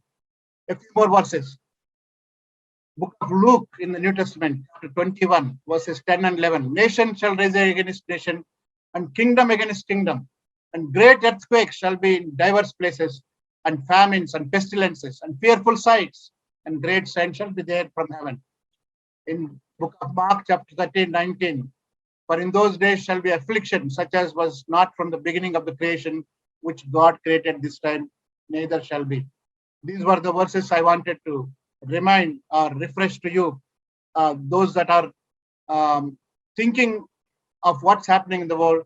It's as we just went through all those details and descriptions of what's happening, there should be for sure a grand change in the governance and constitutions of the world. We need a definite change. We need a Swarna Yug, or we need a golden age. Change in the governance and constitutions of the world is absolutely needed. The three important things are the two important things that that must change to transform the ecosystem to a golden age ecosystem, in my opinion, are a heart change in all of us, a heart change in each person. Yuga Parivartan can only happen if a person transforms himself or herself, the thinking, behaving, living like a citizen of a gold age person. Without that fundamental transformation of the individuals, you and me, this grand world transformation, the Yuga Parivartan, and a grand ecosystem for golden age is not at all viable. Whatever big plans we may have, whatever big things we may plan, design, write, present, discuss, if we don't have that heart, desire, and commitment to change, transform ourselves to be a golden age person. And what is that golden age? Again, Googled, and I found, do unto others as they would like you to do to you. That is the golden rule. The Google said, and it is taken from the Bible again, from the Sermon on the Mount from the Lord Jesus Christ, when he said, from his teachings, do unto others as you would want them to do to you. That is a summum bonum of golden age. That will bring to you the golden age. When I do to you as you would like me to do, and when you do to me as I would like it to be done, then the golden age comes. The conflict is resolution. There is no war. There is no envy, jealousy, hatred, and competition. And then the second thing, in my opinion, is that change every citizen to be a transformational leader or a change agent, as our chief mentor has put in his purpose statement, that we have to be change agents. I would like to call that every citizen to be transformed in this globe to be a transformational leader. Means the situation of his own mind and heart, his own situation and life, he will transform, and he will transform his family, and he will transform the surroundings. For this, spiritual mentors are fully needed in the golden age. The mentors should develop their own leadership and to develop others. They must be persons of integrity, and I suggest a sevenfold path that they should walk in as mentors. Each mentor, if you want to be a mentor, I invite you all to be mentors for that golden age. And to be a mentor, I outlined a sevenfold path that I have taught many times in many, many places. I will quickly go through so that you can have questions, time for questions. First of all, the first goal, the mentor should have first thing he should walk is meditation and prayer, personal meditation and prayer. Very, very important. The second one is visionary leadership.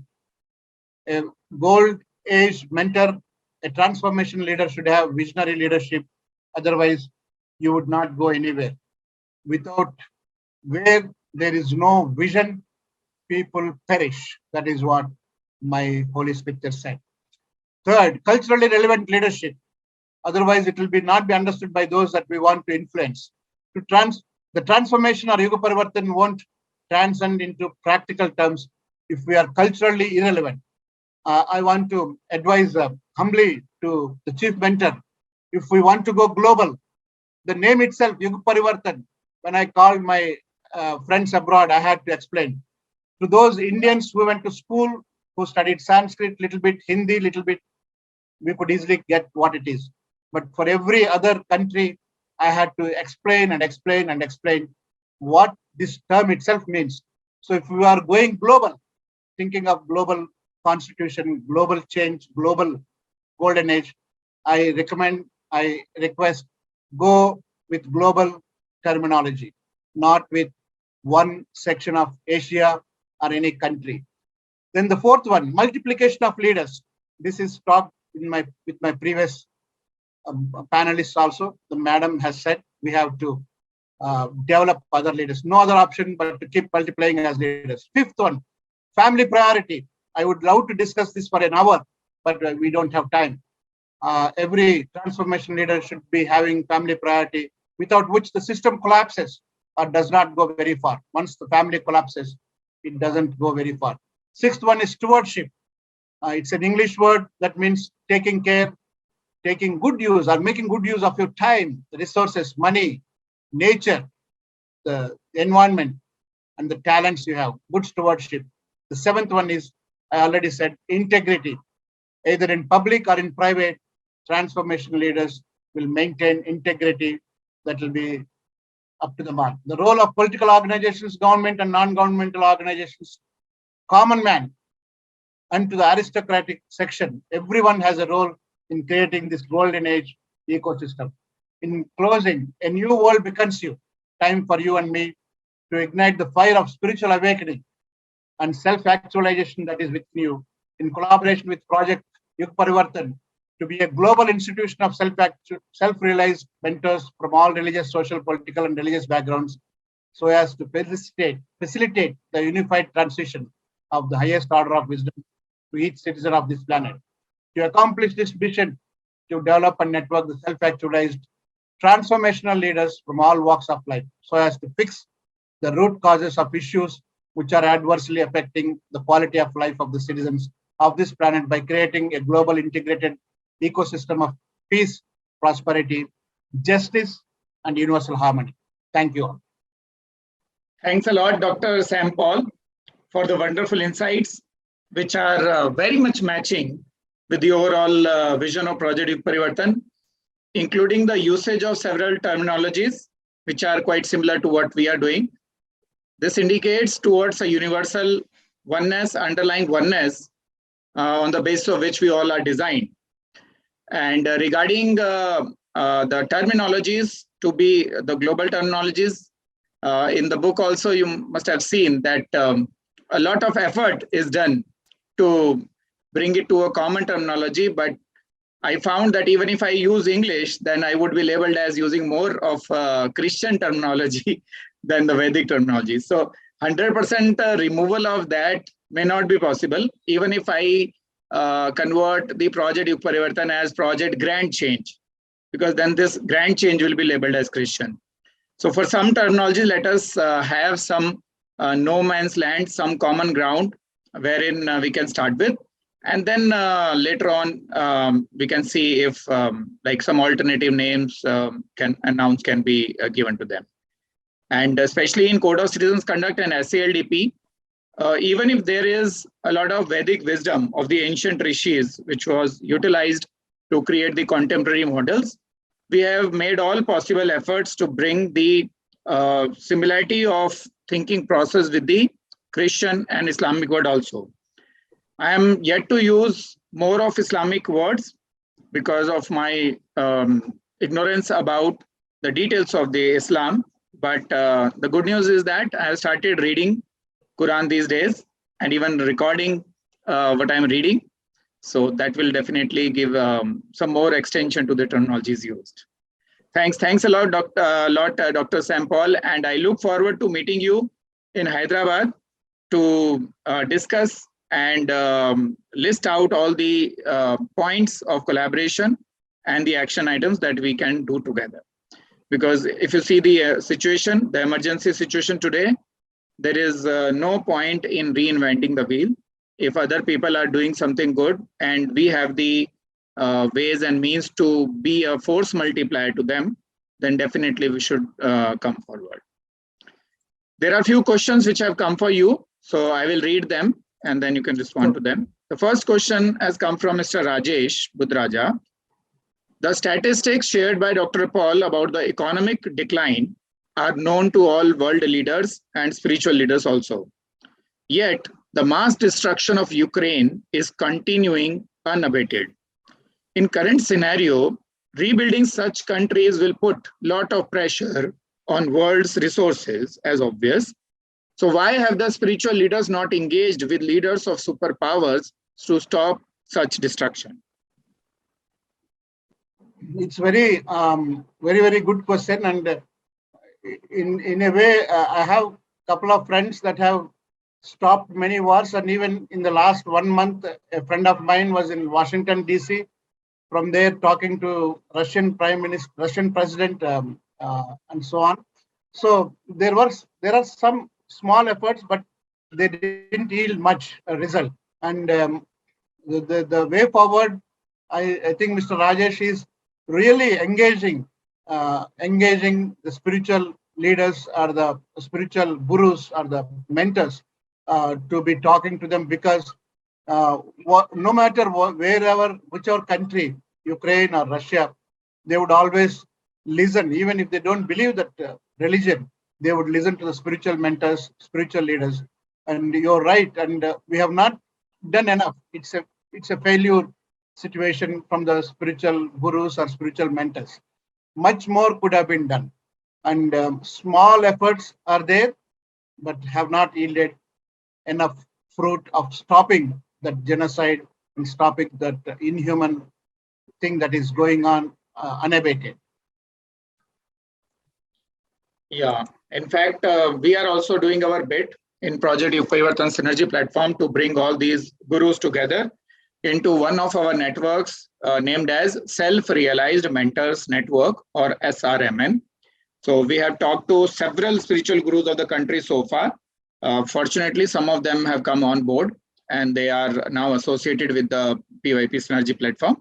And more such eminent gurus, we would continue to bring them into the system. Okay, next question is from Mr. Name Kumar Jain.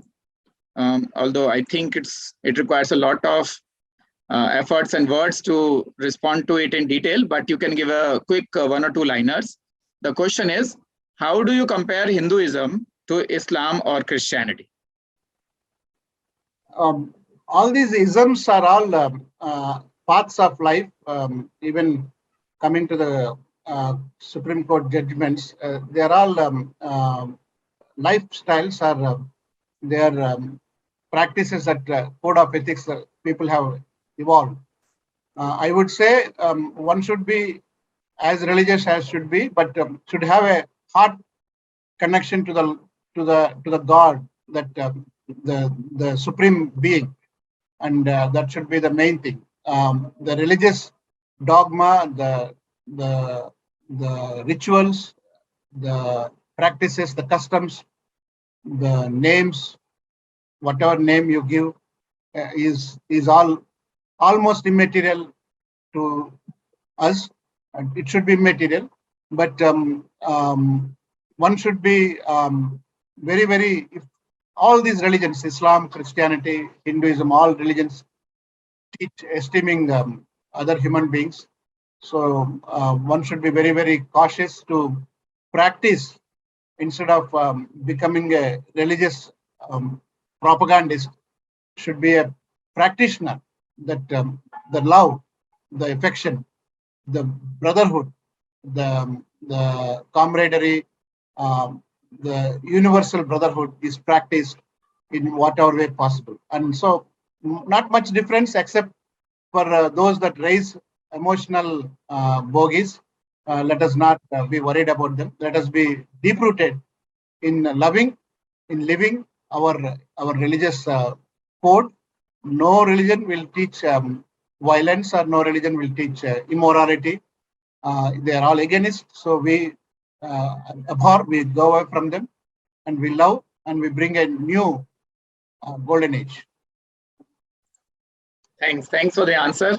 And I would also respond to all these questions which have been posted on chat box, but due to the time limit, we are not able to respond to them. So I'll respond to all of them in the WhatsApp group created for this summit. My outline is all in a web link format in our server. I will send it to you, sir, and anybody who would like to ask from you, they can take it from you. Sure, I'll compile all the questions so you can respond to the questions even asked. And add them also to my outline. Sure. Thank you so much. Okay. Very kind of. Thanks a lot, Dr. Paul. And now we will move on to our last speaker of the day, the speaker number 5, Mr. Premjit Sirohi. So for introducing him, I would like to invite my colleague Garima Verma to please introduce our fifth speaker. Thank you, Dr. Paul, for this amazing, insightful, and so enriching talk. I forgot that I have to speak after this. That was so good. Thank you so much. Now I would like to introduce you to our fifth speaker, Premjit Sirohi ji. दिन के हमारे पांचवें वक्ता श्री प्रेमजीत सिरोही जी का परिचय कराना मेरे लिए सम्मान की बात है। श्री प्रेमजीत सिरोही जी एक सार्वजनिक वक्ता, दार्शनिक और व्यवस्था परिवर्तन से पैरोकार हैं। वह यूनिवर्सल लाइफ मैनेजमेंट संगठन के संस्थापक हैं, जो एक थिंक टैंक है जो वैश्विक चुनौतियों का प्रणालीगत समाधान प्रदान करने के लिए काम कर रहा है। वह संपूर्ण समाधान एक नई सामाजिक राजनीतिक अर्थव्यवस्था पुस्तक के लेखक भी हैं। उन्होंने कई व्याख्यान दिए हैं और राजनीतिक अर्थव्यवस्था, समाजशास्त्र, दर्शन शास्त्र से लेकर मनोविज्ञान तक अपने व्याख्यानों में विभिन्न विषयों को कवर करते हुए भारत और विदेशों में विभिन्न मंचों में भाग लिया है।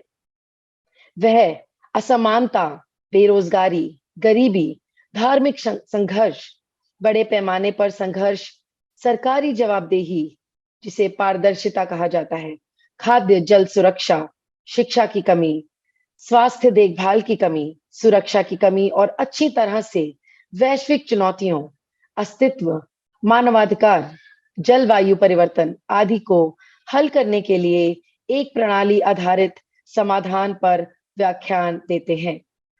उनका केंद्रीय विषय एक नए अस्त्रशास्त्र की प्रतिमान है, जिसके द्वारा सभी प्राणियों की आकांक्षाओं को पूरा करने के लिए संसाधनों का उचित वितरण संभव है।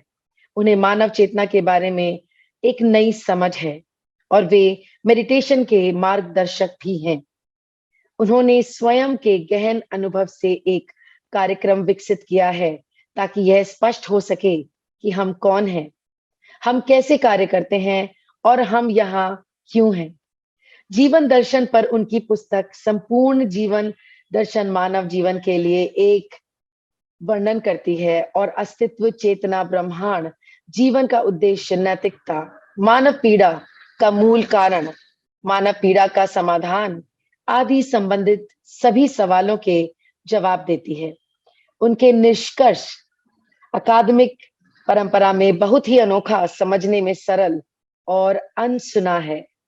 सो देवियों और सज्जनों, कृपया मेरे साथ श्री प्रेमजीत सिरोही जी का मंच पर स्वागत करने में शामिल हो। बहुत बहुत स्वागत है आपका प्रेमजीत सिरोही जी। जी, थैंक यू वेरी मच इस मंच पर मुझे जगह देने के लिए। सभी को मेरी शाम की नमस्ते और जो भी सब श्रोता हैं और मंच का जिन्होंने ऑर्गेनाइज किया है उनको बहुत बहुत धन्यवाद। प्रोजेक्ट युग परिवर्तन को मुझे जो एक फॉर्मेट दिया है, मैं पहले उसको आंसर कर देता हूं और उसके बाद मैं मुझे जो है शेयर करने का भी दीजिएगा, क्योंकि मेरे पास एक छोटा सा पीपीटी भी है। हाँ जी, आपको कोर्स है, आप शेयर कर सकते हैं। जी जी जी, थैंक यू वेरी मच। तो आपका सर पहला सवाल था कि आज विश्व की स्थिति के बारे में आपकी क्या समझ है? आपकी राय में क्या हमें दुनिया के शासन और संविधानों में एक बड़े बदलाव की जरूरत है या दुनिया ठीक ठाक काम कर रही है और किसी बड़े सुधार की आवश्यकता नहीं है? जी बिल्कुल, एक बड़े सुधार की आवश्यकता है और एक नए संविधान की आवश्यकता है। ये अभी आज का जो संविधान है मैं उसे पर्याप्त नहीं समझता और ऐसा भी नहीं समझता कि उसमें कुछ छोटे मोटे चेंजेस करके काम चल जाएगा। तो एक नए संविधान की और एक बड़े बदलाव की जरूरत है।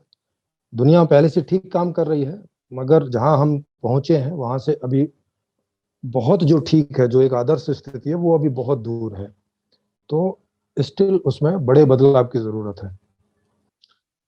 दूसरा क्वेश्चन है आपका सर, आपको क्या लगता है कि इकोसिस्टम, स्वर्ण युग का इकोसिस्टम बनने के लिए कौन सी 3 चीजें बदलनी चाहिए? जी, मेरी समझ में ये 3 चीजें हैं। एक, नए दर्शन शास्त्र की निष्पत्ति होनी चाहिए, माने एक ऐसा दर्शन शास्त्र चाहिए जो कि जो 8 बिलियन पीपल हैं दुनिया में, माने 800 करोड़ जो लोग हैं, जिसे सभी स्वीकार कर सकें, एक ऐसा दर्शन। क्योंकि अभी जितने भी दर्शन हैं इस दुनिया में, वो 800 करोड़ लोगों के द्वारा स्वीकार नहीं किए जाते। कुछ किसी के द्वारा, कुछ किसी के द्वारा, कुछ किसी के द्वारा, और स्वीकार भी इस तरह से किए जाते हैं कि वो उसमें बहुत थोड़ा सा प्रैक्टिस करते हैं, ज्यादातर बस बातों तक सीमित रहता है। तो एक दर्शन शास्त्र हो गया। दूसरा है संविधान। जैसा कि मैंने ऊपर कहा कि एक नए संविधान की जरूरत है, और एक ऐसा संविधान जो पूरे विश्व को अपने अंदर लेता हो। अब देश के संविधान से काम नहीं चलेगा, विश्व का संविधान चाहिए। और तीसरा है रिसाइकल टेक्नोलॉजीज। माने जितना भी हम सब लोग यूज करते हैं सारा, तो कोई भी संसाधन ऐसा ना हो कि वो किसी एक साइकिल पर जाकर स्टॉप कर जाए और फिर वो एक सरदर्द बन जाए। तो उसकी पूरी ऐसी, और टेक्नोलॉजीज हैं अभी, मैं मुझे जितनी समझ है साइंस की, इतनी टेक्नोलॉजीज हैं, मगर आज की एक प्रॉब्लम की वजह से उनका इस्तेमाल नहीं हो पाता है। उसकी क्या प्रॉब्लम है वो मैं अभी बस आगे आपको रखूंगा ही, जब मैं बात रखूंगा अपनी। तीसरा क्वेश्चन है, स्वर्ण युग पारिस्थितिकी तंत्र बनाने में आध्यात्मिक गुरुओं और धार्मिक नेताओं की भूमिका के बारे में आपका क्या कहना है? सर, अभी तो जिस तरह का दर्शन स्पिरिचुअल लोग पढ़ाते हैं, या गुरुज जो लोग हैं, जो स्पिरिचुअल गुरुज लोग, क्योंकि मैं बात कर रहा हूँ, और धार्मिक गुरु जो हैं, वो जो अभी जिस तरह का दर्शन पढ़ाते हैं, या जिस तरह की बातें या जिस तरह का उपदेश करते हैं, उससे तो मुझे नहीं लगता कि उससे कोई मदद मिलेगी, बल्कि उससे कुछ रुकता ही है। हाँ, जब ये बात क्लियर होके आने लगेगी समाज में, और समाज एक नई बात करने लगेगा, तब शायद ये भी समझें और उन चीजों को छोड़ के उस जो नई तरह की बातें हैं, जो पूरे ग्लोबल वाली बातें हैं, उनको अगर वो समझ के फिर वो अपना कोई सहयोग कर सकते हैं। अभी तो वो ऐसी स्थिति में नहीं लगते मुझे, जो भी बड़े बड़े धार्मिक और स्पिरिचुअल गुरु हैं फिलहाल की स्थिति में। नंबर 4, स्वर्ण युग पारिस्थितिकी तंत्र बनाने में राजनीतिक संगठनों, सरकारों और गैर सरकारी संगठनों की भूमिका पर आपका क्या विचार है? सर, इनमें जो राजनीतिक संगठन है, वो मुझे लगता है कि कुछ जल्दी आ सकते हैं आध्यात्मिक गुरुओं और धार्मिक नेताओं की बजाय। सरकारें भी इस पर ध्यान दे सकती हैं जैसे जैसे ये इवॉल्व हो लोगों के बीच में, और गैर सरकारी संगठन ज्यादा इसमें सहयोग कर सकते हैं, क्योंकि वो चाहते हैं कि ऐसा कुछ होना चाहिए। गैर सरकारी में भी जो सामाजिक संगठन टाइप के हैं, जिनकी ऐसी समझ है कि अब कुछ बड़ा चेंज होना चाहिए, ऐसे छोटे छोटे से काम नहीं चलेगा। तो ये मेरा विजन है, माने वो मध्यम स्तर की एक सहयोगात्मक की भूमिका में आ सकते हैं। पांचवा है व्यवसायिक संगठनों की भूमिका। ये भी थोड़ी देर से आएंगे, जैसे जैसे समझेंगे ये भी आएंगे, इनकी भूमिका थोड़ी और जल्दी हो सकती है। छठा है आम आदमी की भूमिका क्या होगी इसमें? जी, यही सबसे आगे रहेगा। इसमें आम आदमी ही इसको बेसिक ग्राउंड से उठाएगा, और जब ये एक बड़ी संख्या में उठेगा, तो जैसी जैसी संख्या में उठता जाएगा, वैसे वैसे ये लोग भी इसमें जुड़ते जाएंगे, जिनका अभी ऊपर जिक्र किया है, जिसमें गैर सरकारी संगठन है, राजनीतिक संगठन है, सरकारें हैं, और आध्यात्मिक गुरु, और वो सब वन बाय वन जब वो देखेंगे कि नहीं, ये पूरा जन चेतना का एक केंद्र बनता जा रहा है, तब वो इसमें धीरे धीरे शिफ्ट होंगे इसको समझने के लिए। तो इस तरह का होगा, तो आम आदमी इसमें प्रमुख भूमिका निभाएगा। साथ है आपका सातवां, आप अपने विजन और मिशन के प्रोजेक्ट युग परिवर्तन विजन के साथ कैसे मिलाते हुए देखते हैं? जी, इसमें मैं आपके साथ हूं, क्योंकि मेरी जब आपसे बात हुई थी तो उसमें हम लोगों ने ये बात की थी कि अपनी अपनी ढपली, अपना अपना राग बजाने से अच्छा है कि जितने भी सब लोग जो इस प्रकार के कार्य कर रहे हैं कि समाज में कुछ बेहतर हो, कोई भी ढंग से, तो उन्हें सभी को एक साथ आकर और आपस में उनके पास जो जो भी विजन है उन पर डिटेल में चर्चा करनी चाहिए, और वो भी ओपन, वो भी लाइव चर्चा होनी चाहिए, रिकॉर्डेड होनी चाहिए, ताकि उसे जो भी लोग कनेक्टेड हैं, जो भी दर्शक हैं, वो यूट्यूब पर या जहां पर भी ये लाइव होगा, वहां पर वो उस चर्चा को होते हुए देखें, और उस चर्चा के साथ वो भी अपडेट हों, उनको भी समझ आए कि क्या चर्चा हो रही है, किस पर चर्चा हो रही है, क्यों चर्चा हो रही है। ये चर्चा होते होते उनकी भी जो जन चेतना है वो समझदार बने, उनको पता चले कि क्या हो रहा है, किस लिए हो रहा है। तो ये ओपन होना चाहिए, लाइव होना चाहिए, जिससे कि उसमें फिर हमें पता चले कि भाई कौन सा इसमें सबसे ज्यादा कंप्लीट और सबसे बेहतर विकल्प है, कौन सा आइडिया जो है वो बेहतर है सबसे।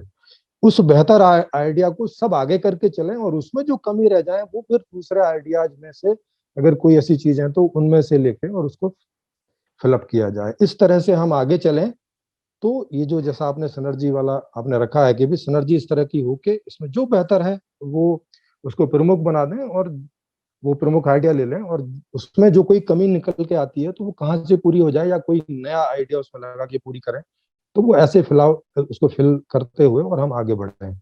तो मैं इस तरह की भूमिका ही अपनी भी और बाकी लोगों की भी इसमें देखता हूँ। फिर आपने 8वां कहा है कि अपने मिशन को सशक्त बनाने के लिए आप प्रोजेक्ट युग परिवर्तन सिनर्जी प्लेटफॉर्म से क्या मदद चाहते हैं। ये जो मैंने बोला बस इसी मदद की जरूरत है, और इसके अलावा और कोई मदद नहीं चाहिए। कि जो सिनर्जी प्लेटफॉर्म है, क्योंकि आप इसको साल में एक बार कर रहे हैं शायद, या एक से ज्यादा बार कर रहे हैं, तो इसमें थोड़ा इतना लंबा समय दें कि जिससे कि इस पर विचार विमर्श हो, क्वेश्चन आंसरिंग ज्यादा हो, है ना। भले ही एक दिन में एक टॉपिक लें और उस पर भले ही 2 आदमी एक दिन में उस पर बातचीत करें, तो उस वो एक निर्णय तक पहुंचनी चाहिए, पता चलना चाहिए कि ये जो दोनों लोग अपना अपना विजन रख रहे हैं, इसमें कौन सा विजन बेहतर है, जो है उसको फिर वहां पे वरीयता करें, उसको आगे लें, और ऐसे करते करते एक विजन है जो कोई ना कोई विजन एक सबसे आगे पहुंच जाएगा।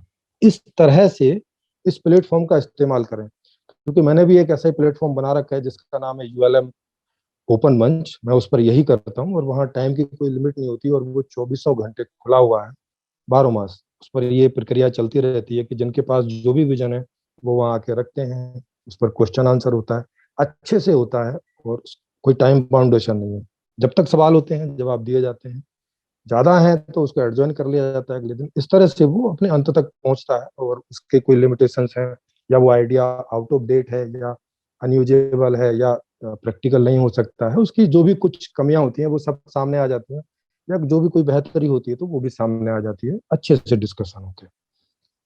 तो यही इसी मदद की यही मदद मैं चाहता हूँ, अगर वहां से हो सकेगी तो इसकी बात है। तो ये तो आपने जो मुझे भेजा था ये मैंने लगभग पूरा कर दिया इसका। अब मैं अपने इस पर आता हूँ कि जो जो मैं एक विजन लेके चल रहा हूँ, वो भी विश्व वसुधैव कुटुंबकम का ही विजन है, कि वो पूरे वर्ल्ड लेवल का है, कि जिसमें पूरा जो वर्ल्ड है वो एक हो जाए। उसी तरह का मैंने उसमें एक दर्शन शास्त्र दिया है जिसका नाम संपूर्ण जीवन दर्शन है। वो इस प्रकार का दर्शन है कि जिसे 8 अरब के अरब लोग स्वीकार कर लेंगे, इस तरह का उसे बनाया है। ऐसा वो सिस्टमेटिक है कि किसी को कोई दिक्कत नहीं होगी उसमें। पूरा 100% यूजेबल है, 100% वो उसको अपने जीवन में उतार सकते हैं, और वेरी इजी है, क्योंकि वो बना ही लोगों के हिसाब से है। जो आदमी जैसा है उसी के हिसाब से वो बना है। उसमें कोई उपदेश अलग से, कोई नैतिकता, कोई मानवता टाइप के उपदेश इस प्रकार के नहीं है कि लोगों को वो अपने ऊपर कोई भी प्रकार से ऐसे लादने पड़े, और उनसे जो नुकसान होते हैं उनसे रूबरू होना पड़े। बड़ा इजी है, मतलब जैसे बच्चा खेल खेल में हर सारे काम करता है, वैसे ही वो खेल खेल में वो सारा स्वाभाविक रूप से चलेगा, इस प्रकार का है। अब मैं आपका ध्यान इस तरफ दिलाना चाहता हूं, क्योंकि बहुत इसमें कम समय है, उतने बड़े विजन को उतने थोड़ी सी देर में रखना लगभग मुश्किल है। तो मैं केवल आज आपको जो सबसे बड़ी गलती हो रखी है आज तक की सभी व्यवस्थाओं में, जिसकी वजह से ये सारी बड़ी बड़ी समस्याएं आ रखी हैं, वो चाहे चोरी हो, डकैती हो, ठगी हो, हफ्ता वसूली हो, अपहरण हो, बलात्कार हो, भ्रष्टाचार हो, संबंधों में झगड़े हो, युद्ध हो, कंपटीशन हो, हत्याएं हो, आर्थिक असमानता हो, सामाजिक असमानता हो, धार्मिक समस्या हो, जातिगत समस्या हो, माने जितनी भी सारी समस्याएं हैं उन सब का एक रूट कॉज मैंने खोजा। उस रूट कॉज को ही मैं आज रखूंगा अच्छे से, क्योंकि उसको अगर हम समझ लेंगे तो समझ लो कि व्यवस्था का आधा पार्ट हम समझ गए। हम एक ऐसी जगह पहुंच गए कि कम से कम उस गलती को अब आगे ना दोहराएं, क्योंकि वो जितना हमारा ज्ञात इतिहास है वो गलती वहां से लेके और यहाँ तक कंटिन्यूअस है, उसमें कभी कोई सुधार हुआ नहीं आज तक कभी भी। तो उसको हम लोग देखेंगे। अभी आप मार्केट में जाते हैं तो आपको मांग करने के लिए आपके पास पैसा होना जरूरी होता है ना। आज के संदर्भ में समझे तो पीछे तक का सब समझ में आ जाएगा। आप मार्केट में तभी कोई चीज को खरीदने की मांग कर सकते हैं जब आपके पास उसको बदले में देने के लिए पैसा है। अगर आपके पास पैसा नहीं है तो आप बाजार में मांग नहीं कर सकते। चाहते हुए भी आपको कोई चीज खरीदनी है तो आपको देखना पड़ता है कि मुझे कल के लिए भी पैसा चाहिए, मुझे बीमार पड़ गया तो उसके लिए भी चाहिए, एक इमरजेंसी का फंड भी आप रखते हैं। वो सब रखने के बावजूद जो पैसा आपको लगता है कि हाँ ये मैं आज के दिन खर्च कर सकता हूँ, तो वो आज के दिन आप उतनी मांग कर पाते हैं बाजार में। इस कारण होता क्या है, चूंकि 90% से ज्यादा लोगों के पास में इतना पैसा नहीं होता कि वो जितनी मांग करना चाहे कर सके। इससे क्या होता है कि बाजार में मांग बहुत थोड़ी सी पैदा होती है। जब बहुत थोड़ी सी मांग पैदा होती है तो इससे मार्केट उसी मांग के अनुसार ही, अनुमानित मांग के अनुसार ही वो प्रोडक्शन की व्यवस्था करता है कि भाई मुझे इतना प्रोडक्शन करना है। जो भी जिसने उठा रखा है, किसी ने मोबाइल का, किसी ने कपड़ों का, किसी ने खाने पीने की चीजों का, जो भी जिसने अपना बिजनेस कर रखा है वो उस हिसाब से वो अपना उस प्रोडक्शन को सेट करता है। अब प्रोडक्शन से ही रोजगार पैदा होता है, क्योंकि अगर थोड़ी मांग है तो थोड़ा प्रोडक्शन करना होगा, और थोड़ा प्रोडक्शन करना है तो थोड़ा ही रोजगार क्रिएट होगा, क्योंकि थोड़े लोगों की जरूरत पड़ेगी ना। जब थोड़ा सा ही पैदा करना है, जब थोड़े लोगों की जरूरत पड़ेगी तो इधर भी एक नियम लगा है, जैसे उधर एक नियम है कि बिना पैसे के आप बाजार में मांग नहीं कर सकते, वैसे ही इधर भी एक नियम लगा है कि बिना रोजगार के आपके पास पैसा नहीं आएगा। तो ये जो दोनों नियम है, ये दोनों नियम एक दूसरे को नीचे करके रखते हैं, मतलब दबा के रखते हैं। क्योंकि पैसा नहीं है इसलिए आप मांग नहीं कर सकते, माने रोजगार नहीं पैदा होगा। क्योंकि रोजगार नहीं है तो आपके पास पैसा नहीं आएगा, पैसा नहीं है तो आप मांग नहीं करेंगे। तो रोजगार नहीं है इसलिए मांग नहीं कर सकते, मांग दब गई। और मांग नहीं है इसलिए रोजगार नहीं पैदा होगा, रोजगार दब गया। तो ये दोनों नियम एक दूसरे के विपरीत हैं और दोनों एक दूसरे को दबा के रखते हैं, उठा के नहीं, दबा के रखते हैं।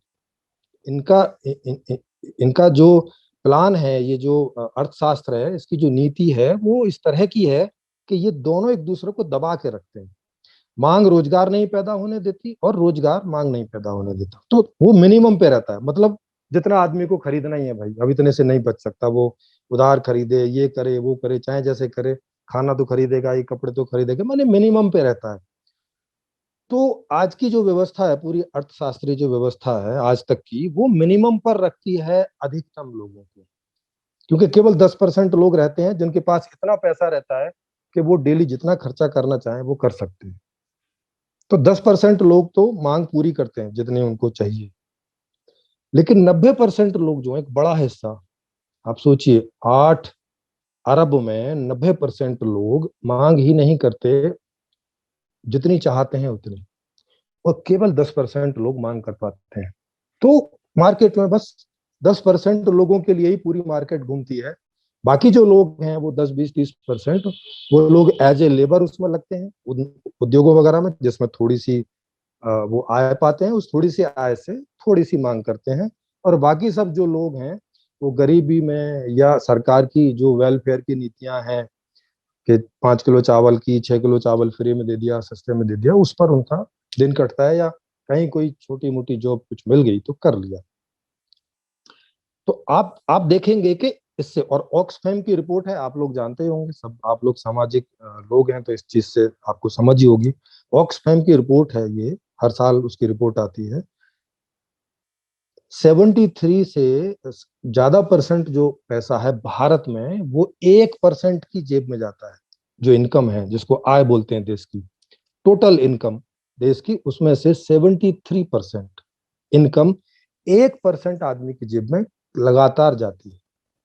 माने बाकी जो 99% लोग हैं वो केवल 27% आय में सबका काम चलता है, उनको उतना ही मिलता है, बस वो फिर उतनी मांग करेंगे उससे। पूरे देश, पूरी दुनिया में और भी भयानक स्थिति, पूरी दुनिया में 80% से ज्यादा पैसा 1% की जेब में जाता है। माने ऐसे भी बहुत सारे देश हैं जिनकी हालत भारत से भी खराब है इस मामले में। तो आप देख सकते हैं कि ये क्यों होता है ऐसा, इसी वजह से, क्योंकि ये जो नीति बनी हुई है, इस नीति की वजह से कभी भी रोजगार इतने खुलते ही नहीं जिससे कि सबको रोजगार मिले और सब लोग मांग कर सकें। एक तो ये हो गया। दूसरा ये हो गया कि श्रम का अलग अलग मूल्यांकन, श्रम का मूल्यांकन है मांग और आपूर्ति के आधार पर, कि जिस श्रम की मांग कम है और आपूर्ति ज्यादा है उसकी वैल्यू बहुत थोड़ी है, माने उसकी सैलरी या उसकी इनकम या उसकी आय बहुत थोड़ी हो जाती है। जिस श्रम की मांग ज्यादा है और आपूर्ति कम है उसका जो श्रम की वैल्यू है वो लाखों में चली जाती है, और ऐसे थोड़े से लोग होते हैं। तो ये जो श्रम का असामान्य,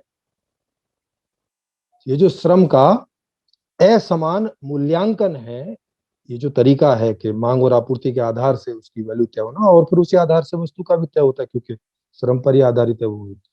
तो उससे क्या होता है कि ज्यादातर लोग जो रोजगार में लगे भी हैं उनमें से ज्यादातर लोग की सैलरी कम हो जाती है, तो उनको फिर मांग करने की शक्ति नहीं पैदा होती। वो बस उतनी मांग कर पाते हैं कि वो बस एज ए लेबर वहां पे बने रहें उस समाज में, इससे ज्यादा उनकी स्थिति कभी नहीं बनती।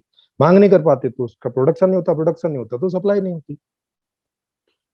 ये जो नीतियां हैं ये दोनों, ये आप समझ गए, एक नीति हो गई इधर के पैसे के बिना मांग नहीं कर सकते, एक नीति हो गई इधर के बिना रोजगार के आपके पास पैसा नहीं आएगा, और एक तीसरी नीति हो गई कि आप सबके श्रम की वैल्यू अलग अलग। और ये कोई फॉर्मूला है, मतलब ये कोई तरीका है क्या, ये कोई पढ़ा लिखा समझदार कोई साइंटिफिक तरीका है कि जो काम करने वालों की संख्या ज्यादा होगी तो उनके काम की वैल्यू हम कम करेंगे?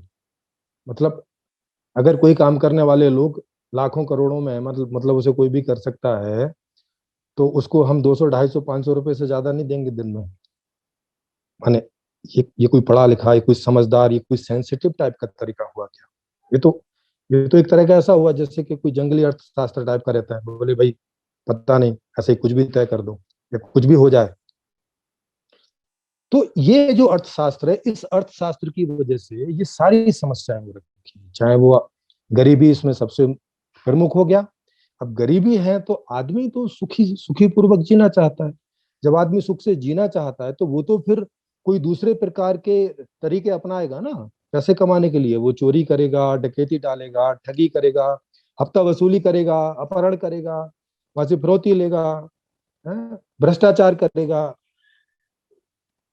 गरीब परिवार है, कुछ है नहीं है कमाने के लिए या कुछ है नहीं है पैसे, वहां झगड़े होंगे कि भाई तुम लाते नहीं, कमा के आता नहीं, ये मंगाया वो नहीं लाए, वो मंगाया वो नहीं लाए।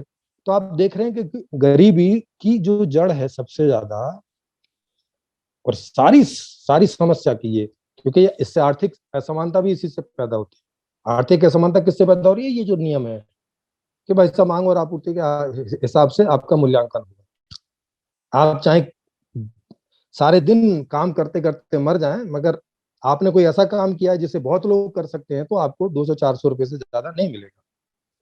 आपने कोई ऐसा काम किया जिसे केवल आप ही कर सकते हैं तो आपको करोड़ों रुपए मिलेंगे, चाहे आपने 2 घंटे ही दिन में काम किया हो। ये कौन सा तरीका है बताओ? मतलब ये तो कोई ह्यूमैनिटी का तरीका नहीं ना कोई ये। और इससे नुकसान देखो कितना हो रहा है। नुकसान ये हो रहा है कि मांग ही नहीं हो पा रही है बाजार। जब मांगे नहीं हो पा रही है तो आगे की चेन ही नहीं चल रही ना। मांगे नहीं हो रही तो भाई प्रोडक्शन भी नहीं होगा, सप्लाई भी नहीं होगी, रोजगार भी नहीं पड़ेगा। माने मांग ही नहीं, स्टार्ट ही नहीं हो रहा है। जो जीवन में आपको जो मिलना चाहिए वो बात स्टार्ट ही नहीं हो रही है, स्टार्ट पर ही रुक जा रही है कि पैसा नहीं है आप मांग नहीं कर सकते। इसी के कारण से आप देख सकते हो कि सारी समस्याएं, जितने भी ये धर्म आप देख रहे हैं अभी तक आए, वो किस लिए आए एक के बाद एक? वो इसीलिए आए कि पीछे का धर्म जो है वो उन लोगों को सुखी नहीं कर सका, तो उनको लगा कि शायद धर्म में कोई प्रॉब्लम है। और पहले के धर्म में ईश्वर का और ये जो आपका संविधान है ये एक होता था, मतलब वहां दो नहीं होते थे। अभी ये अलग अलग हो गए जब से ये सो कॉल्ड लोकतांत्रिक व्यवस्था है, तो अभी इनको अलग अलग कर दिया। बोले भगवान वाली बात को अलग करो और ये जो व्यवस्था वाली बात को अलग करो। ये पहले दोनों एक साथ ही होती थी, तो उसको बदल बदल के दूसरे आए, तीसरे आए, चौथे आए, पांचवें आए, मगर क्योंकि जब तक हमें समस्या का कारण ना पता चले तब तक उसका निवारण नहीं हो सकता, चाहे आप कितने ही तुक्के मारते रहो, कितने ही तरीके लगाते रहो। तो एक के बाद एक इतने सारे तरीके आए, उसके अंदर भी फिर छोटे मोटे सुधार होते रहे, मगर स्थिति में कोई परिवर्तन नहीं आया, क्योंकि ये मूल समस्या किसी को पकड़ में नहीं आई और इसका कोई समाधान किसी ने नहीं किया आज तक। आप देख ही सकते हो कि आप चाहे बाकी कोई भी चेंजेस कर लें, कोई भी कितने ही आप उपदेश दे रहे हैं कि भाई अच्छे बनो, झूठ मत बोलो, चोरी मत करो, आदमी के पास रोजगार नहीं है, उसे जीना है, अब वो क्या करेगा? या तो गरीबी में जिए आपके उपदेश सुन के, या तो फिर सुसाइड कर ले, और या तो फिर फाइट करे। फाइट में आपसे छीने, ठगी करे, जिनके पास कुछ भी है वो अपने दूसरे तरीकों से पैदा करे। यही तो तरीका बचा। तो ये आप देख रहे हैं कि ये जितने सारे तरीके हैं जिन्हें हम इल्लीगल बोलते हैं, जिन्हें समाज या संविधान इल्लीगल बोलता है कि भाई ये तरीका ठीक नहीं है क्योंकि इसमें दूसरों की हानि होती है, दूसरों का इसमें जो है लॉस होता है, तो ये ठीक नहीं है, तो वो इनको इल्लीगल कहता है। लेकिन ये करने पर मजबूर तो हम इसी वजह से हो रखे हैं ना कि भाई हमारे पास परचेजिंग पावर ही नहीं है, हम खरीद ही नहीं सकते। जब खरीद नहीं सकते वहां रोजगार भी नहीं कर सकते, क्योंकि है ही नहीं है, तो कहाँ जाके खड्डा जबरदस्ती खोदने लग जाए, इनकम तो कुछ मिलेगी नहीं उसके बदले, तो रोजगार ही नहीं है।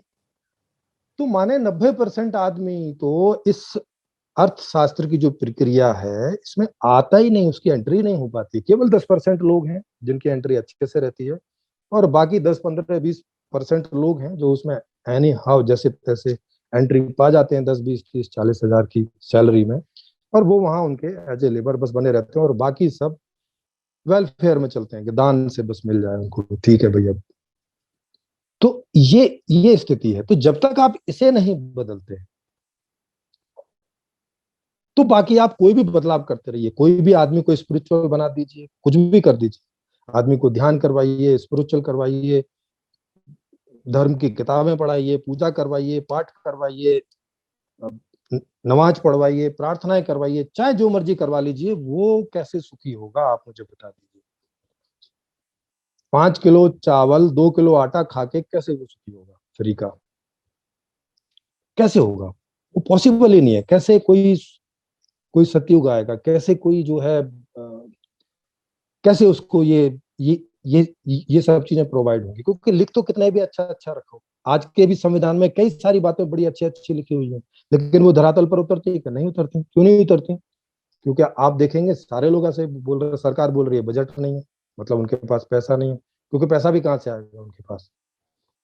भाई जब थोड़ी मांग हो रही है, थोड़ा प्रोडक्शन हो रहा है, थोड़ी सप्लाई हो रही है, तो सरकार को टैक्स भी तो थोड़ा ही मिलेगा, क्योंकि उसकी कमाई तो टैक्स से ही होती है, टैक्स और इनकम टैक्स।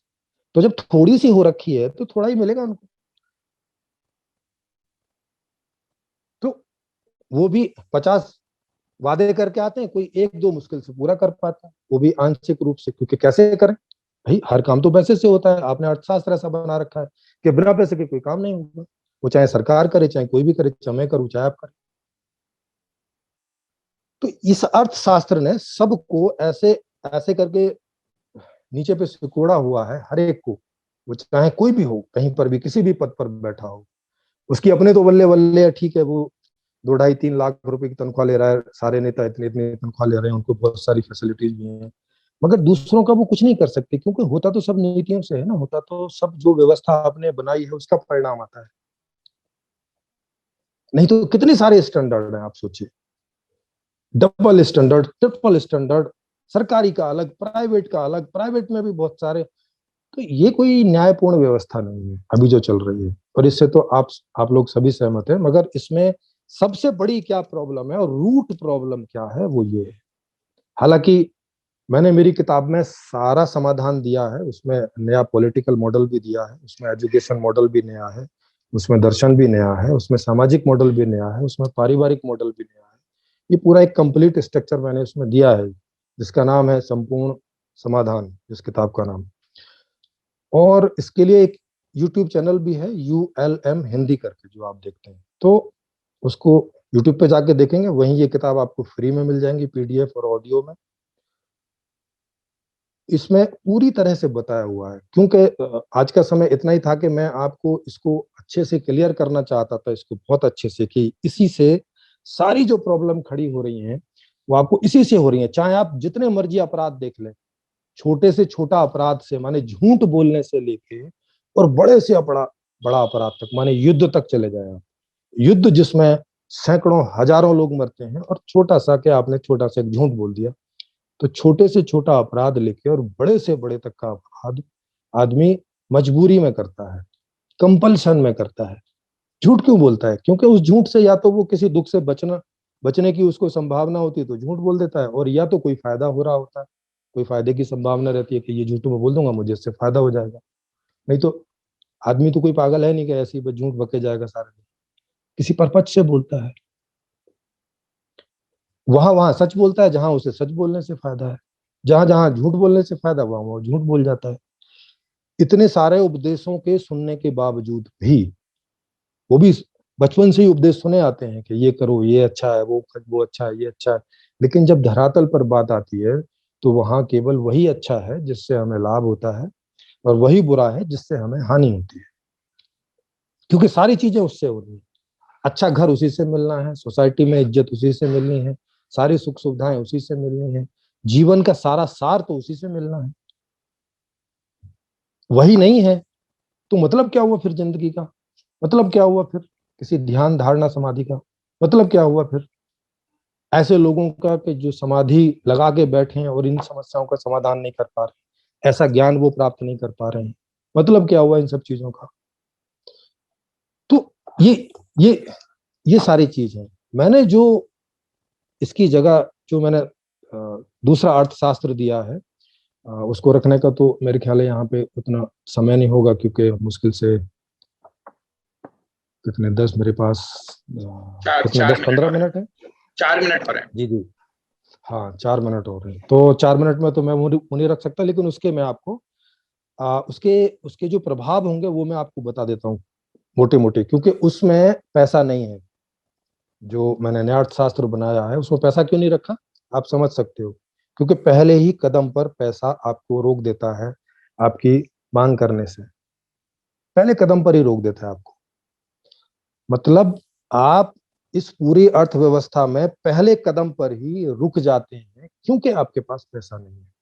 आपको वो विंडो के बाहर खड़ा कर देता है, बोले वहां रहो, आप अंदर नहीं घुस सकते। अंदर घुसने के लिए आपको इन लोगों में से मतलब इन 10% लोगों में से होना कोई जरूरी है।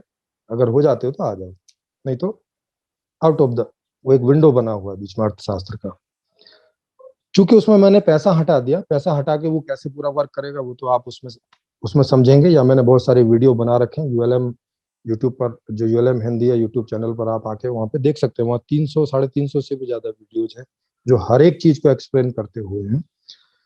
तो उसमें चूंकि पैसा नहीं है तो वहाँ बैंकिंग मतलब बहुत सारा काम खत्म हो जाएगा, वहां ये काम ही नहीं रहेगा जो हम बिना मतलब के काम करते हैं।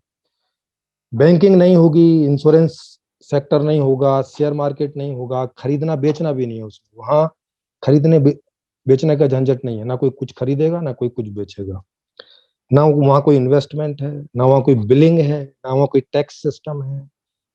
समझ रहे हैं? वहां ना आपके श्रम का मूल्यांकन है और ना वहां वस्तु का मूल्यांकन है। माने इतने सारे कामों में जो लोग लगे हुए हैं वो काम बिल्कुल खत्म, माने वो ह्यूमन रिसोर्स बिल्कुल फ्री। एक और आंकड़ा आपको बता दूं कि हर एक देश का लगभग 45-50% जो पैसा है बजट का, वो बजट का भी नहीं बल्कि जीडीपी का, या बजट का समझ लीजिए, आधा जो पैसा है वो आपकी इनसिक्योरिटी को दूर करने में जाता है। वो चाहे आर्मी के ऊपर, चाहे पुलिस के ऊपर, चाहे वो जज के ऊपर, चाहे वो इस तरह की जितने भी सुरक्षा बल हैं, और वो इंश्योरेंस भी उसी में आता है इनसिक्योरिटी में। जितनी इनसिक्योरिटी रहती है लगभग बजट का आधा पैसा इनसिक्योरिटीज को दूर करने में खर्च होता है आज का। एक तो वैसे ही गरीबी, ऊपर से जो भी है उसमें भी आधा पैसा इनसिक्योरिटी में चला जाता है कि इनसिक्योरिटी को मेंटेन करने में। फिर भी वो आंशिक रूप से ही मेंटेन हो पाती है, फिर भी ये सारे अपराध वहां होते हैं, उसके बावजूद भी वो रुकते नहीं है, थोड़े कम होते हैं, रुकते नहीं है। तो ये आप देख सकते हैं कि ये सारे काम बंद हो जाएंगे। दूसरा कि सभी के पास सदा ही जन्म से ही सभी सुख सुविधाओं से सहित घर, नगर, जितनी भी सब सुख सुविधाएं होती हैं जीवन में, वो सब इसके द्वारा बड़ी आसानी से आ जाएंगी। आप अपनी इच्छा का जीवन जी सकेंगे जन्म से लेकर और पूरी उम्र तक। जैसी आपको एजुकेशन चाहिए, जितनी चाहिए आपको उतनी मिलेगी।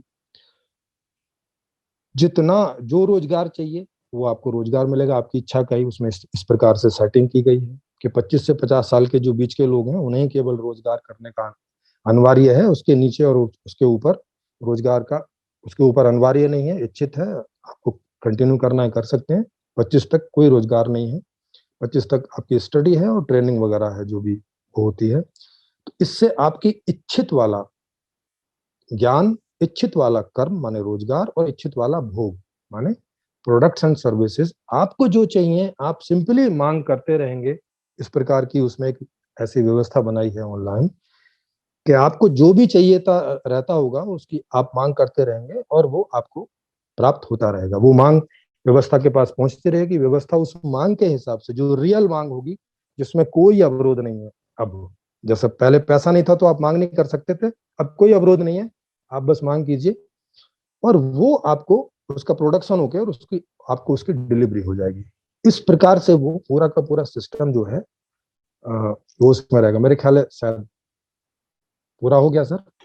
हाँ जी, समय हो गया है।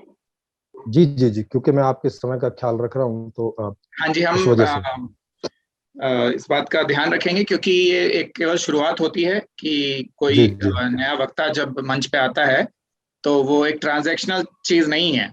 हम पर्सनली जी जी जाके हर एक वक्ता से मिलते हैं और उनको थैंक यू प्रोजेक्ट परिवर्तन सिनर्जी प्लेटफॉर्म में इंक्लूड करते हैं। तो जी अगला जी स्टेप इसका बिल्कुल होगा, आप तो दिल्ली में ही हैं तो मैं आपसे जल्दी ही जी मिलता हूँ। बिल्कुल जी इसको जी आगे जी लेके चलते हैं। Yes Umesh ji, please ask your question. Yeah, namaste. It's a very enlightening talk. In जी जी fact, नमस्कार I sir. had only small question. Sir, this is the present world problem. I think we have to analyze a different problem. There are so many problems together. It has become a total problem for this world. And out of this, जी one जी of the most dreaded poisonous is the corruption of this world.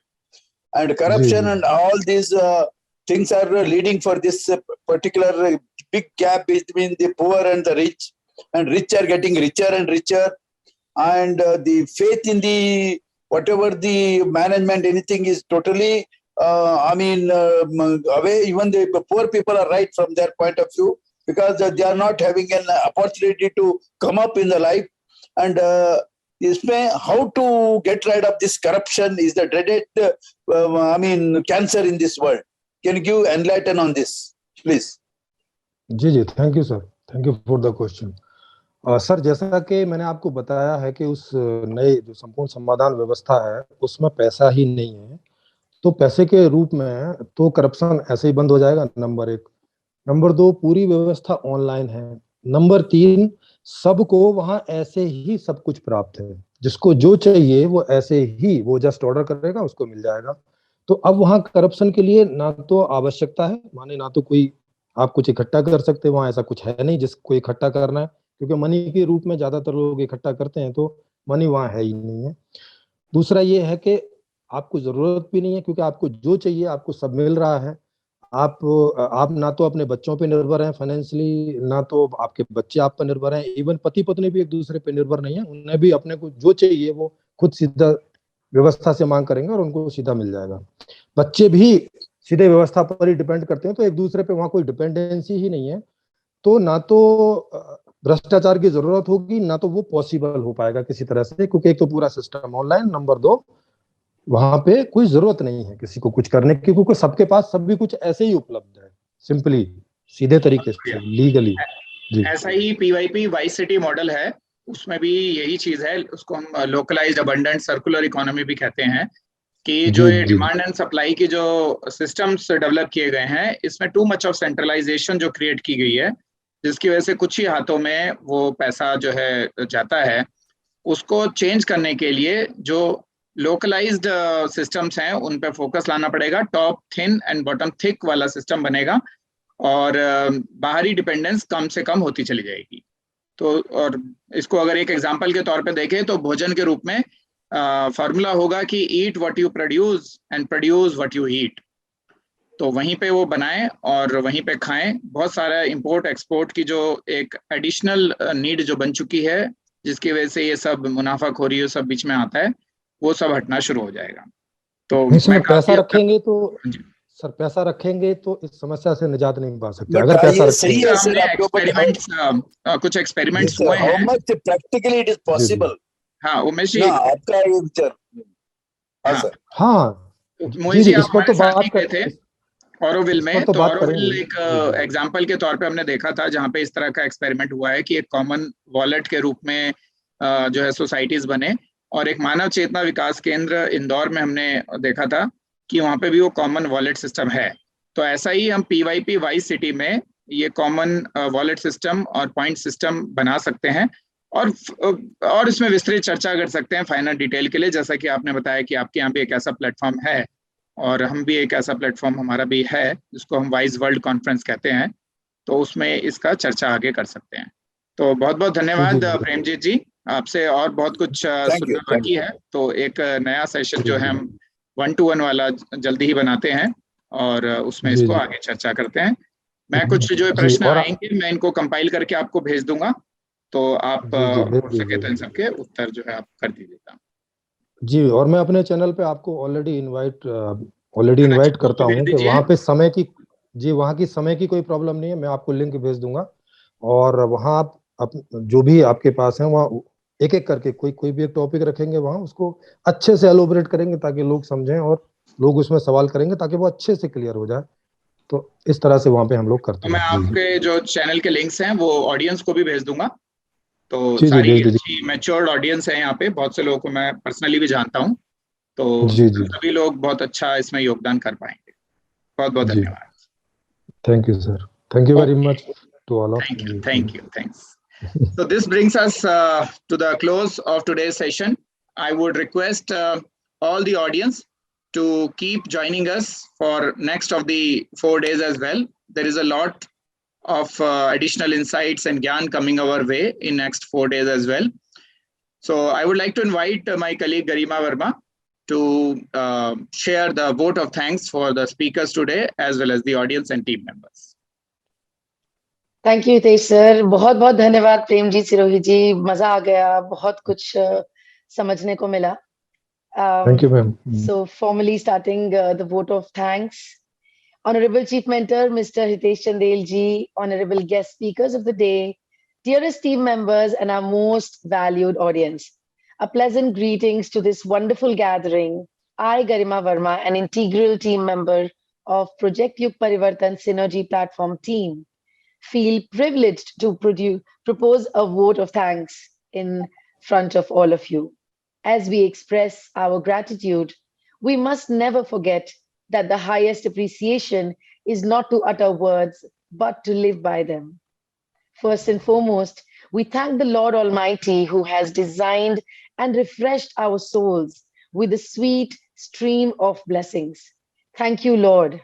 We express our gratitude to our Honorable Guruji Chief Mentor Hitesh Chandel ji to organize such a wonderful event on this virtual platform as a part of Project Yug Parivartan. His incredible leadership, timely and proper advice, and the freedom in decision making provided us with the opportunity to conduct this summit.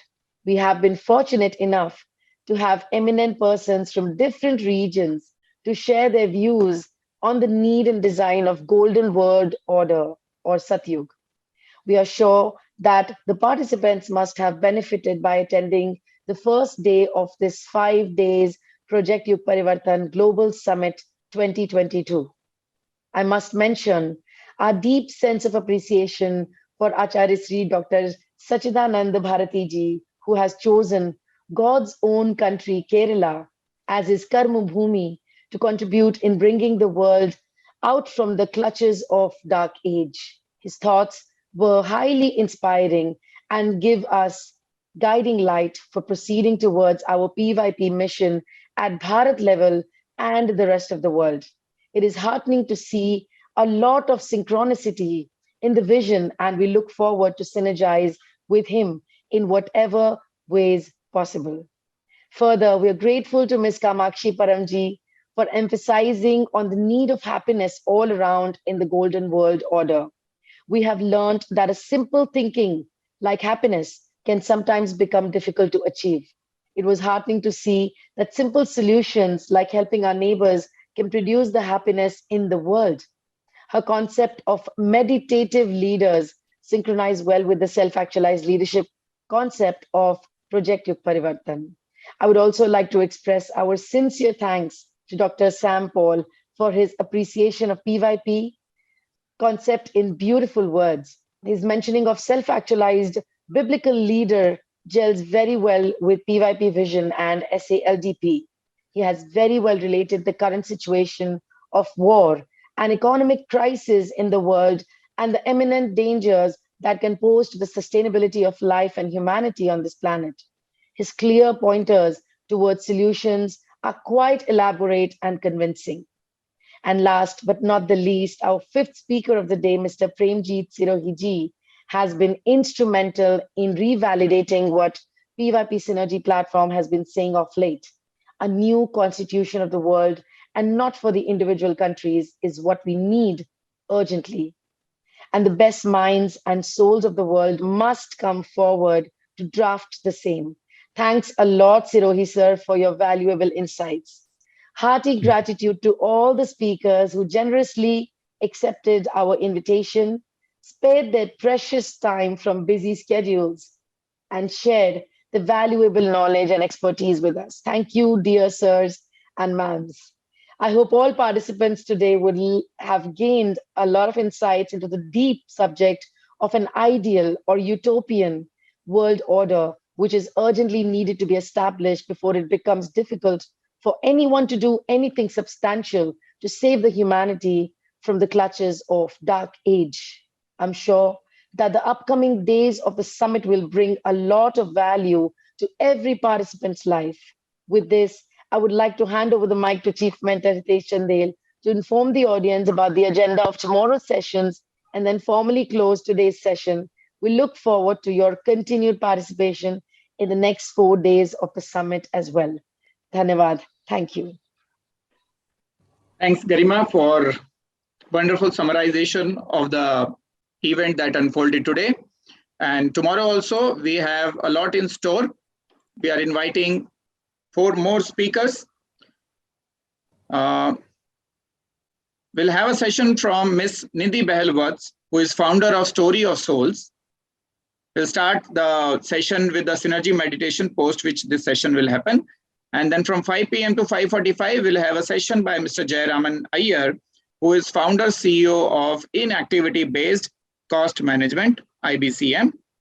Then 5:45 to 6:30, we will have a session by a revolutionary reformer in the domain of agriculture, Mr. Patanjali Jha, who is ex-principal chief commissioner of Income Tax, Mumbai, and post-retirement who has taken up the work of natural food forest. He has founded a company called as Vanya Organics to execute this grand vision. Then we also have a session, the fourth session of the day, in fact, by Mr. Tarachand Belji, who is Director of Soul Society for Sustainable Food and Living Private Limited. He will also deliberate a lot about the natural agriculture and the organic agriculture, which can revolutionize the entire world in terms of both availability of food and the economic systems surrounding the agriculture industry. Then we will also have a candid conversation with Chief Mentor Hitesh Chandel, wherein there will be 1 or 2 panelists who will be asking questions, direct, straight, tough questions from Chief Mentor Hitesh Chandel. And you can also ask as an audience, you can also include your questions into the overall Q&A session that will happen. So this Q&A and candid conversation will be there on all event days. On the last day, we will be announcing the process to become part of Project Yug Parivartan Synergy platform formally. So with this, I would like to formally close today's day 1 of the 5 days Project Yug Parivartan Global Summit 2022. And today being the 4th of June is a reminder day for all of us to accelerate our performance and contribution towards Project Yug Parivartan, because the deadline for the first phase of Project Yug Parivartan is 4th June 2025, 3 years precisely from now. Thanks a lot. Looking forward to see you tomorrow on the same Zoom webinar ID that you have used today. Bye for now.